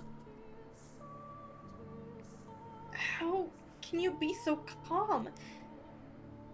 Do you understand what you've done? Pinning the blame on me. How nice it must be to be able to distort reality with panic. The swordsman, who had been silently observing the Lord and the boy conversing, interjected. "You're just as guilty as any of us." Not only did they not mourn my death, they argued over whose fault it was. There was no regret, no remorse. The young man muttered absent-mindedly. I never wanted her to die. What did his intentions matter, though? It was his betrayal that had ultimately tethered me to this mansion. Hi! Hi Alex, how are you? Welcome to the stream. I hope you're doing well tonight. Good to see you. Good to see you too. Purple. But the fact that they didn't grieve my death, and instead squabbled amongst themselves like filthy rats, was the final straw. How could I not despise them? I don't believe I actually had the power to perform miracles when I was alive. It was all faith, the illusion of belief. I was neither a saint nor a witch. The blood wine was only effective because people placed their faith in the other saintess. I was only ever human. Essie, hello! Welcome, Essie. How are you? How's your stream? Hello, Jojo Star. Hi, raid.text. Hello, raiders. Let me give Essie a shout out. Essie is another member of Prismaria. You didn't give it a chance to write a message. Oh no. What were you doing? As always. What were you up to, Essie? What were you doing during your stream? It's good to see you. Did y'all have fun? I think I saw Tale of Arise, is that right? Ooh. Soft voice Tales of Arise. Ooh. That sounds fun. I really want to play Tales of Arise sometime. I love the Tales series, but I still haven't played that one. That's a good one. How far are you Yeah. into the game? I'm curious. I would like to know too. I'm gonna keep reading, but keep answering. You want to kiss Dolim? Who's Dolim again? 2/3. Wow, nice. Ooh. But then Right now, we're just going through. We're finding out about Morgana's past. yes, we're finding out the witch's backstory. Yeah, she's explaining why she cursed those 3 people that we met specifically. Yes. When she died. What is this in? Man. Let me see him. Oh yes, this guy! I've seen him. He's so hot. Handsome. Oh my god, he's handsome. He's extreme. Let me bring him up on stream. Let me bring up this handsome man on stream. He's so hot. So Oh my gosh. Look, he is so hot. This man's attractive. You put him into an angel costume? Oh my god, I bet he looked so good. Nice, Essie. Nice. Nice. Wow. Not Soba, thank you so much for the follow. I appreciate that so much. Thank you. Oh my gosh. Nice Essie. Very good taste. I know nothing about his personality, but I know he's so pretty, and he's a big part of why I want to play the game. I will continue to read, but please feel free to keep chatting and telling me about your stream or anything fun that happened. Good. So a 16-year-old girl is dead. She was killed because they kept draining her blood after they locked her in a tower. Not good. Yeah. But then, in that moment, an actual miracle occurred. My father bestowed upon me his power. Oh yes, and when she was alive, she believed that she was the daughter of God because that was what her mother said when she became pregnant. Yeah. Just an average night at TFGI Fridays. Or perhaps it was the devil who lent me his strength. I was looking down upon my own dead body, my own wretched self. There was nothing beautiful about the pile of bones I had become. I could almost smell the rotting flesh. That was once a saint? I laughed at the thought. It was absurd, ridiculous, and infuriating. They would pay. Those who had cast me into this hell, who had mocked me, who had done this to me, who had made a witch out of me. Hatred coursed through me, revulsion at everyone on these grounds still smiling. They would know just whose dead shoulders their little party was resting upon. If they wanted so badly to call me a witch, then a witch I would be. I would kill them, every last one of them, place a curse on their souls. And so I made my wish. Most people might consider it a curse, but to me, it was most certainly a wish. And my father, or maybe the devil, granted that wish. From the garden, there rose a scream. The flaxen-haired young man knew that voice better than anyone. He went deathly pale, darting down the spiral staircase until he reached a window. A young girl was on her knees, vomiting blood in the grass. The young man let out a yelp as he descended the remainder of the staircase. As soon as he reached the garden, he lifted the girl in his arms, but she had already perished. Realizing this, he cried to the heavens, saying the one thing he should have kept to himself. The witch killed her. The blood of the witch killed my sister. That wine you're drinking is no medicine. It's the blood of the witch. You're all drinking witch blood. Crushed by the loss of his only family, the young man picked up a silver fork and plunged it into his own throat, ending his life. Yeah, he fucking went. Like, Jesus Christ, Mel. Oh my god. Oh, he did whatever he could to make this worse and then just pieced out. Uh-huh. Naturally, there was an uproar. Goblets of wine crashed against the earth in rapid succession, as the people holding them fell to the ground and vomited or convulsed. Blood for the blood god! The nun was the first target of their outrage. What she had claimed to be medicine had turned out to be blood, an unclean substance. The blood of a witch, no less. A servant of the church, a servant of the Lord, had given her followers blood to drink. And at this, their indignation surged uncontrollably. The people surrounded her, tying her up and throwing her to the ground. As they prepared to inflict righteous justice upon her, the swordsman soared down the stairs into the garden, plunging his blade into anyone standing near the nun. The cries of agony ringing through the church grounds were ear-splitting. It was no longer a place of God, but hell on earth.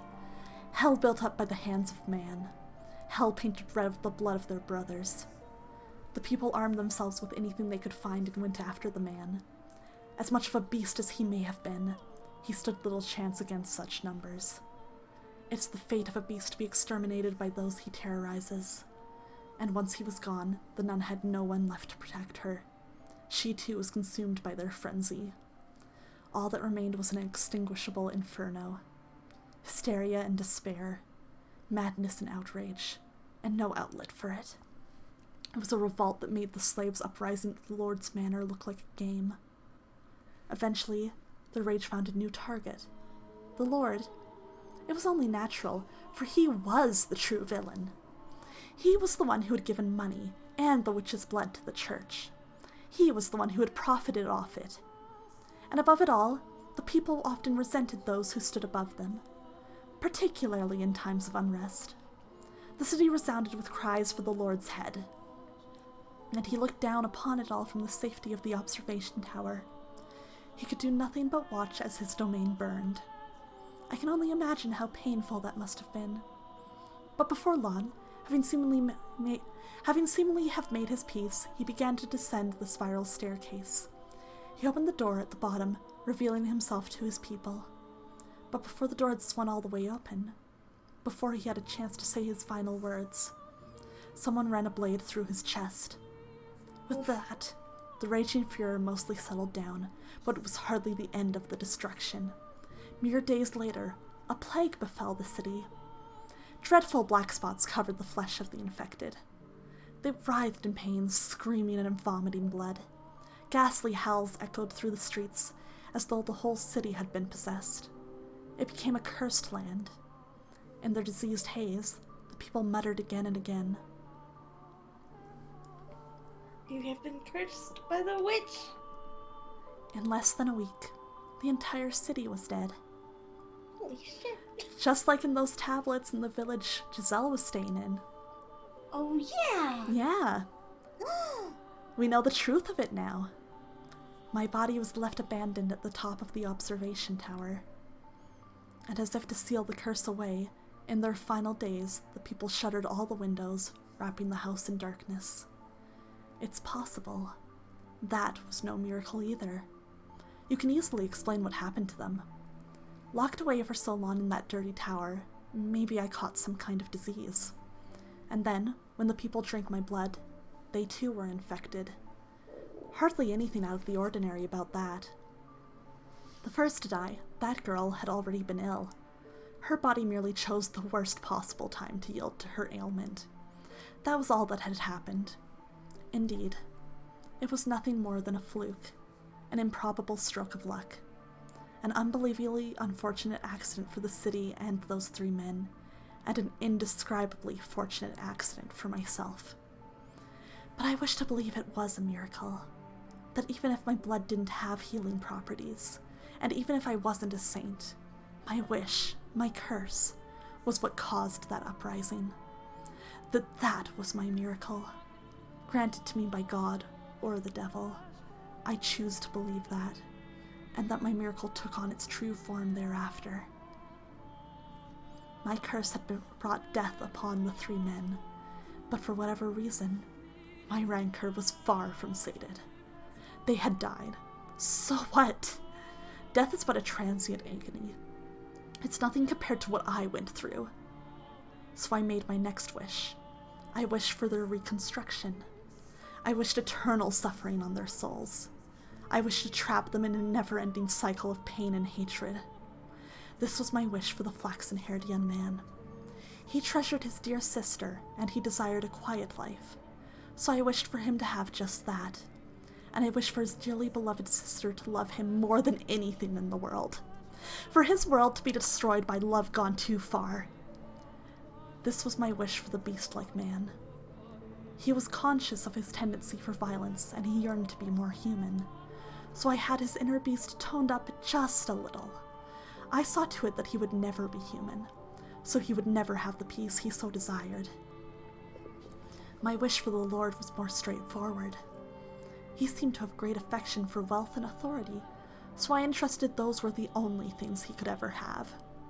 Who needs love or friendship when you could be drowning in power? Once he had lost everything, his solitude would be his only companion. Wishes can come true, as long as you always hold fast, never stop wishing, never surrender. They can come true. Eternal suffering on all their souls. An endless cycle of reconstruction and unavoidable tragedy. Tell me, my dear, do you sympathize with me? Will you curse them with me? Will you take my hand and revile them with me? Oh my god. Oh boy. My god. Mel, Oh. Yukimasa, and Jacopo. Oh my god. Yeah, how's everybody feeling about all of those characters and about Morgana now that we know that whole story? I'm my curious. I'm very curious what everyone's thoughts are. Yeah. I'm kind of glad we did free Mel. Valid. Oh my gosh. Oh, So bad. Poor Morgana. I know, she went through so much. I don't blame her at all. No. Mm. I was like, when I first read this, I was like, she kind of right though. She kind of is right. Yes. Yeah, damn. Very. It's I didn't read all that, but I'm sorry that happened. Or great, good for you. Some guys got what they deserved. Uh-huh. Basically, we found out why the witch of this cursed mansion cursed all of the people who've been living here for many years, and she basically made it so they would be reincarnated and be, suffer in very specific ways Uh-huh. to maximize their, pain in revenge for the fact that they killed her and, locked her in a tower and drained her of blood and sold it as medicine to people. Mm-hmm. Oh man. This time, when my body crashes into the tower's stairs, I'm unable to make a noise. The obstruction is less mental and more physical. The excruciating pain. Ugh. Oh, and our protagonist, Michel, basically he was experiencing all that as if it was something he went through. So he comes out of her story basically in the same sort of distress and agony that she was in when she was alive. Yeah, you understand Morgana's point of view, but I don't think it justifies making so many people suffer like Michelle and Giselle. Yeah, like, Michelle and Giselle had nothing to do with this, even if she was, like, even if you think she's in the right, you know? Even if you understand her. It's like, these two had nothing to do with that, though. It's so intense I can't even eke out a scream. But yeah, can't blame someone for efficient revenge. I support women's wrongs. My vision is distorted, my mind thick with fog. I feel like I'll fall into a bottomless pit if I loosen my grip on my consciousness even slightly. Through the haze, I see my own severed left arm. Oh yeah, they cut off her arm. Reflected in a pool of blood, I see my face, large chunks of flesh peeled off. Look at you trying to crawl up those stairs like a worm. Would you still love Michelle if he was a worm? Tell me, chat. Giselle would. Giselle would. His girlfriend would absolutely still love him if he was a worm. Yes, she's trying. For context for anybody new here, his girlfriend's at the top of this tower. He's trying to climb it, and the witch is like, "Take this first." So he's still trying to climb up the never-ending Mario stairs. Yeah, he's going up the never-ending Mario stairs. How pathetic. It's like I'm looking at my old self. I can barely form a coherent thought. It's true asterism, that should be like my stream tagline. I can't lament her inhuman fate, can't mourn for her, or be shocked by the revelation about the 3 men and her history with them. Pain, it fills every corner of my mind, every nook and cranny of my body. You've figured it out by now, haven't you, my dear? You'll never make it to me. It's not possible. But it's not your fault. It's not because you're weak. There's simply no one who can bear this pain. You're allowed to give up, to rest. There's nothing wrong with that. You should have used the speedrun stress to get up the endless staircase. You're right. The pain, the crushing weight. It's miserable, isn't it? But all you have to do is turn back, and it'll all go away.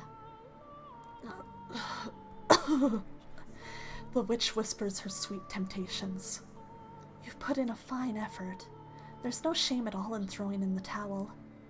Her voice is soft, gentle, pleasant, saccharine. Concede defeat. If I do, it'll all go away, the searing pain spreading from the stump of my left arm.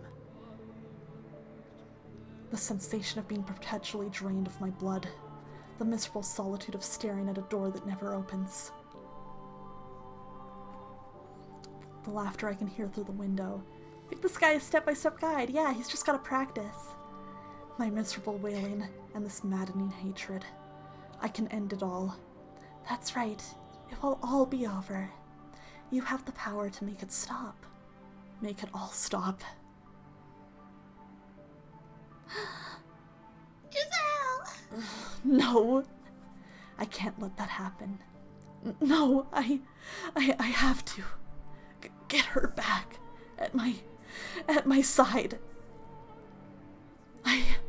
I'll do anything to take her back. Yeah, compared to what Giselle went through, this is nothing. We can do this. Even if it means I end up 1,000 tiny scraps of meat. I will not give up on her for any reason. You won't, will you? Oh, such beautiful resolve. Willing to sacrifice yourself to save the girl. Like a hero of legend. Or maybe a fairy tale prince. No, I am no hero and I am no prince. I am a human, an ordinary man. I don't have any extraordinary potential. I'm not a courageous leader or a charismatic general. I'm just a regular man, in love with a regular woman, who refuses to lose her. I don't need any other accomplishments, only that. That's all I need, because I'm just a regular man. I'm just a dude. I'm just some guy. My one act of resistance. It doesn't matter what you say. It doesn't matter how much you cut me up. Nothing changes what I have to do. I have to take her back. and set her free of this mansion, nothing else. And never will I back down on that. I love Michelle and Giselle. You're so good. Giselle would still love him if he was 1,000 tiny scraps of meat. Harms or no, as long as I can move, I must push forward. I must make my way to the woman who waited for me for so long. Up, to the top of the tower. Forward. Ever forward. Oh, you can't see it? Let me move over. It's filled with copium! I'm on copium right now. I'm trying to cope with copium. Yeah, I'm coping right now. Such devastation! This was not my intention! There's something so funny about being able to just reveal, oh, it's copium. Oh my gosh. Ever onward. Hi, Travesty. Ah, Travesty, thank you for the sound redeem.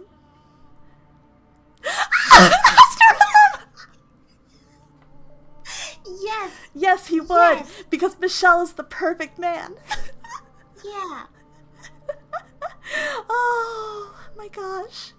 Dragging my bloody body, pain the pain no mind. I once more arrive at the top of the observation tower. I place my hand on the door, holding myself up with my lacerated right arm. Take a moment to catch my breath, then lift my head. Yeah, we all need a little copium right now. Uh-huh. It's been a week past the copium. God. Gaze into the void and shout her name. Morgana! Yeah, he's got a forge ahead. Yeah. I pity you, I truly do. You were a saint shackled with an unfathomable fate, and for that I am enraged. As I felt your pain, as I watched your life, I too felt a burning hatred for those 3 men. Aw, I appreciate the lurk, Travesty. I hope you've been doing well tonight. It's really good to see you. Yeah. If you truly feel that way, then why can't you stay here with me? We're all dead anyway. We've reached our ends. Do you honestly think there's anything more for us? There isn't. The end is the end. So what do you say the 3 of us, me, you, and Giselle, torture the 3 of them and everyone they cared about? Make them suffer here for all eternity, in this house. And that way, you and Giselle can be together forever too. That's not an option. Why not? Because hatred only brings you pain. Oh, that's brilliant. You spouting stupid platitudes at me. I can't believe my ears. Save your nonsense moralizing about how hatred does you no good. I won't hear it. I'm doing just fine for myself, my dear. In fact, I've never been better. I feel wonderful. Did you think that would be enough to persuade me, really? Ah, how disappointing. And here I thought you understood me. Having a really good day? Oh, that's so good, Travesty. I've had a good day, too. I've had a really nice day. How about you, Freyja? I'm also having a great day. Yeah, This I'm is so fine. glad. I'm really glad to hear Yeah. you've had a good day, Travesty. That's awesome. Morgana, why don't you say what you really think? Go right on ahead, hate them as much as you want. But keep me and Giselle out of it. Why don't you just say that?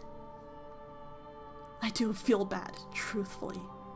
For all the time we spent together, never once did I ask about your life.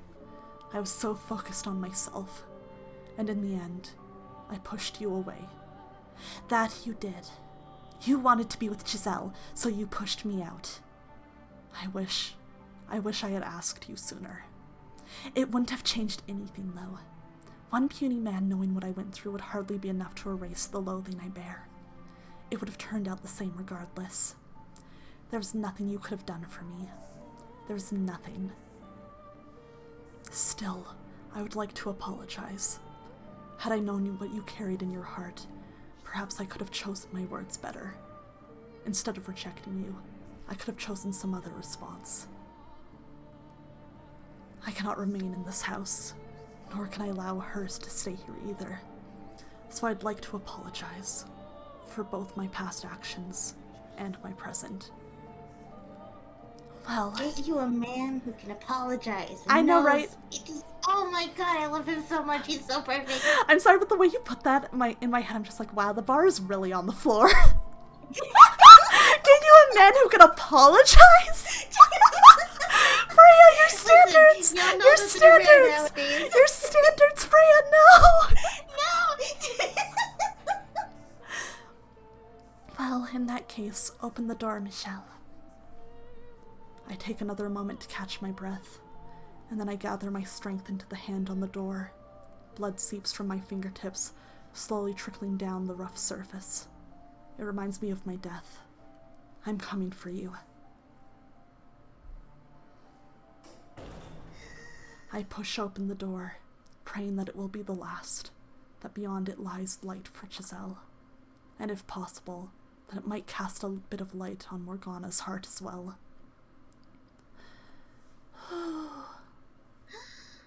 What? However, why am I in my bedroom?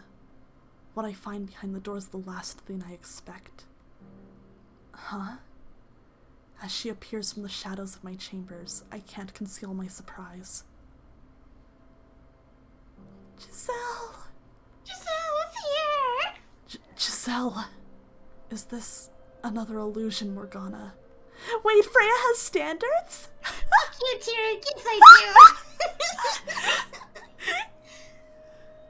do. No, it's not.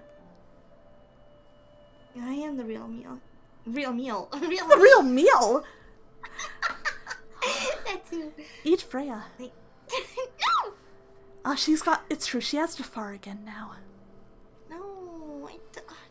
No, I don't want him. Thank you for coming all the way here for me. She's thanking me. So why isn't she smiling? That was very kind and courageous of you, Michelle. I'm deeply moved you would have such compassion not only for her, but for someone like me. But do you know what else you are? You're a worm! What is it this time, Morgana? What do you say we pull back the curtain, my dear? What curtain? There's one detail that hasn't yet come to light. This isn't your first return to the mansion, is it? You've been back numerous times, each time not remembering her, and each time hurting her even more. What are you talking about? What am I talking about? Oh, you know good and well, my dear. Or do you honestly believe that all the other pieces were in their rightful places, and you alone were some exception? High in protein? No!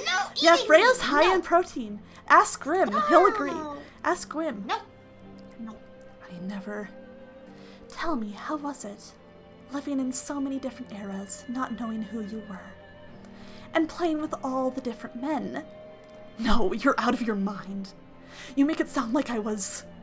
Not like, my dear. You are the white-haired girl. Enough! How could anyone possibly confuse me with her? To tell you the truth, I couldn't see you as anyone else. Your white hair, red eyes, porcelain skin, and your name. Tell me, what about you isn't the same? We're not the same person. I'm a... I saw the letter. What? The one you had hidden. No. And you didn't think that was worth mentioning? No, Giselle, I didn't mean... You're exactly right, my dear Giselle. He deceived you. He kept a very important secret from you. Despite showing up before you multiple times, he cast you aside again and again. No, that wasn't me, it wasn't! It all makes sense now. Nothing you ever did was for me. Giselle, I...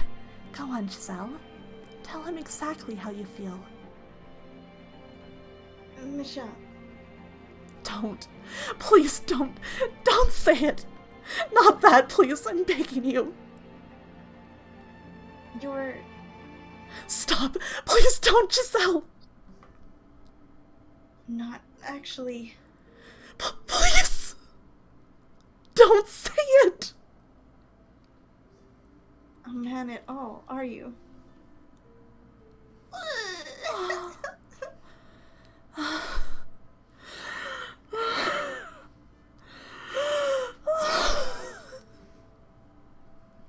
You're disgusting.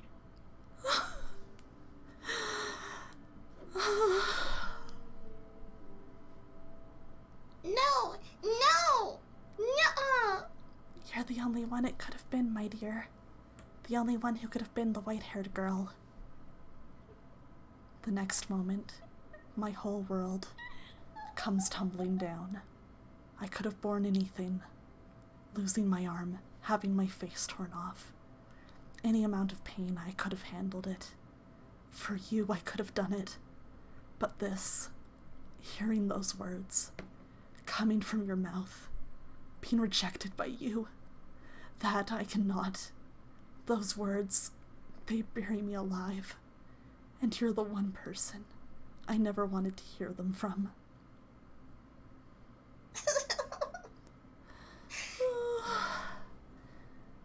Oh my goodness. Oh no. Oh boy. I feel like that's such a good place to end it, but I know. I don't know. You know what? is there a little... I know, I'm also like, this could be a good ending point, but I'm also like, oh man, do you think we should, like, pull chat? How are you feeling, Freyja? I do have to wake up in 6 hours. Freyja, you should have told me! Why did you tell me that? I'm having so much fun. I don't know. Do you think, because I've only been through this once, how far do you think the next best stopping part is? I think we could go a little bit farther, because there is the proper start of the next chapter. Okay, that's fine. So we could go to that. I don't think that's too far away. Okay, let's do it. You know what? Since we've also paused a moment, I'm gonna mention this will mostly apply to next stream, but if you couldn't, assume that, the next portion of the story does have quite a bit of transphobia. It is not portrayed in a positive light. Michelle's identity is treated as very valid by the story, but he is treated very poorly. So if that's something you're sensitive to, that is something to keep in mind. Again, like, the story does not treat it as a good thing. It's treated as, like, extremely villainous, extremely horrible, but it's, it's there. It's there, and, you should be aware of that for next time and for everything coming up. Yeah, very important. Mm-hmm. Also, Okay. I'm good. I'm fine. Let's keep going. Okay, we'll go a little bit longer, but man. Don't worry, Chad. I'm not even tired, so don't even worry about it. Yeah. When I learned my father Antonin had passed, I wrote 2 letters, one to my brother and one to my mother. It was the first time I had found the courage to face my mother, to open up to her. I wanted to show her who I was, convince her that I wasn't cursed, so I could be myself when I returned to the capital with Giselle. Dear mother, there is something I wish to tell you, something that means a great deal to me. So I ask of you, please hear me out.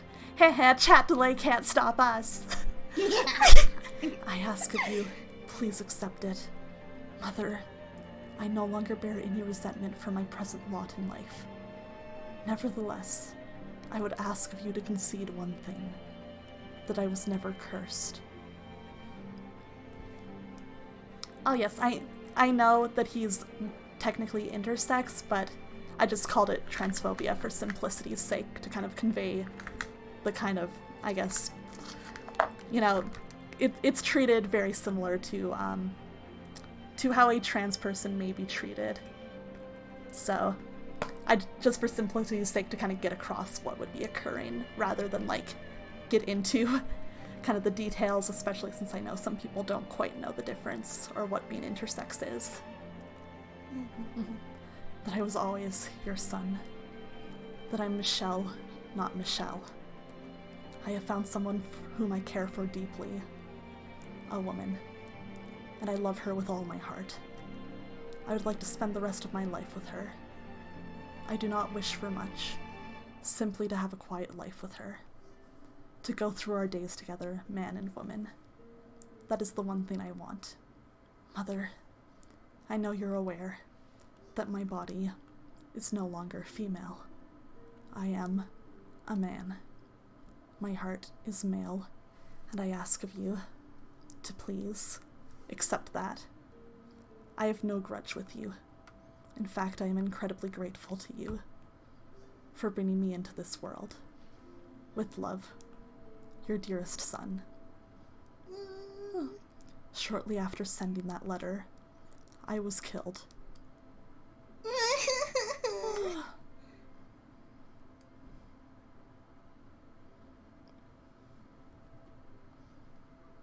I'm draped down, against my will, into the darkness.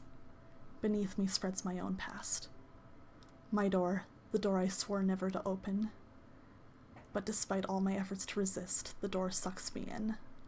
Into a world I never wanted to see again. A history I never wanted revealed.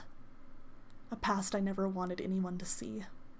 Nonetheless, the door opens.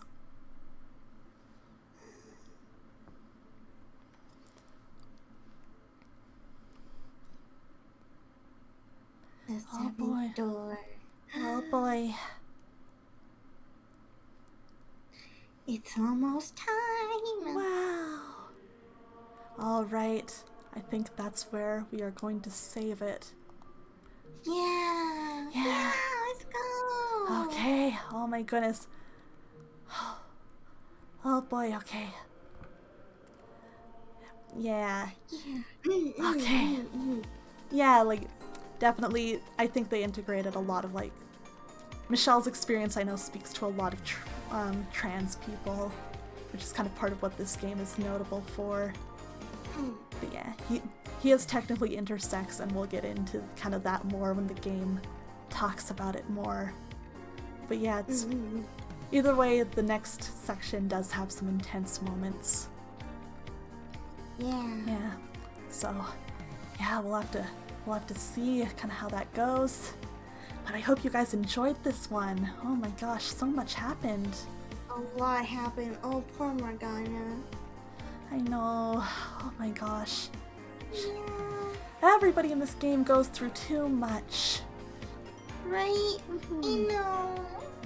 But I'm excited now that I can talk about this, the fact that this game has a protagonist who is not, like, cisgender, because I think that's very interesting. That's so unusual. You know, like, it's not common. So I was like, oh, I never expected this story to go there, you know? Because you don't see intersex characters, like, hardly ever in media. I think, like, there's only one other one that I can really think of. And, you know, like, in Nier, and, like, they discuss that less there. Like, it's still an important part of her character, but it's not super talked about. Whereas this, like, really does talk about it a lot. Aw, thank you, Kobez, and thank you, Kukushi, I appreciate it. Yeah. Oh my gosh. Thank y'all for hanging out with us. Yeah. Oh, this intensity, oh my god. I know. I'm gonna quickly find somebody to raid so that we can send Freyja to bed. Let me see here. We need a copium raid. Raid is our message. You know, I see somebody I follow who's online. Let's raid them. Okay. Right. Alright.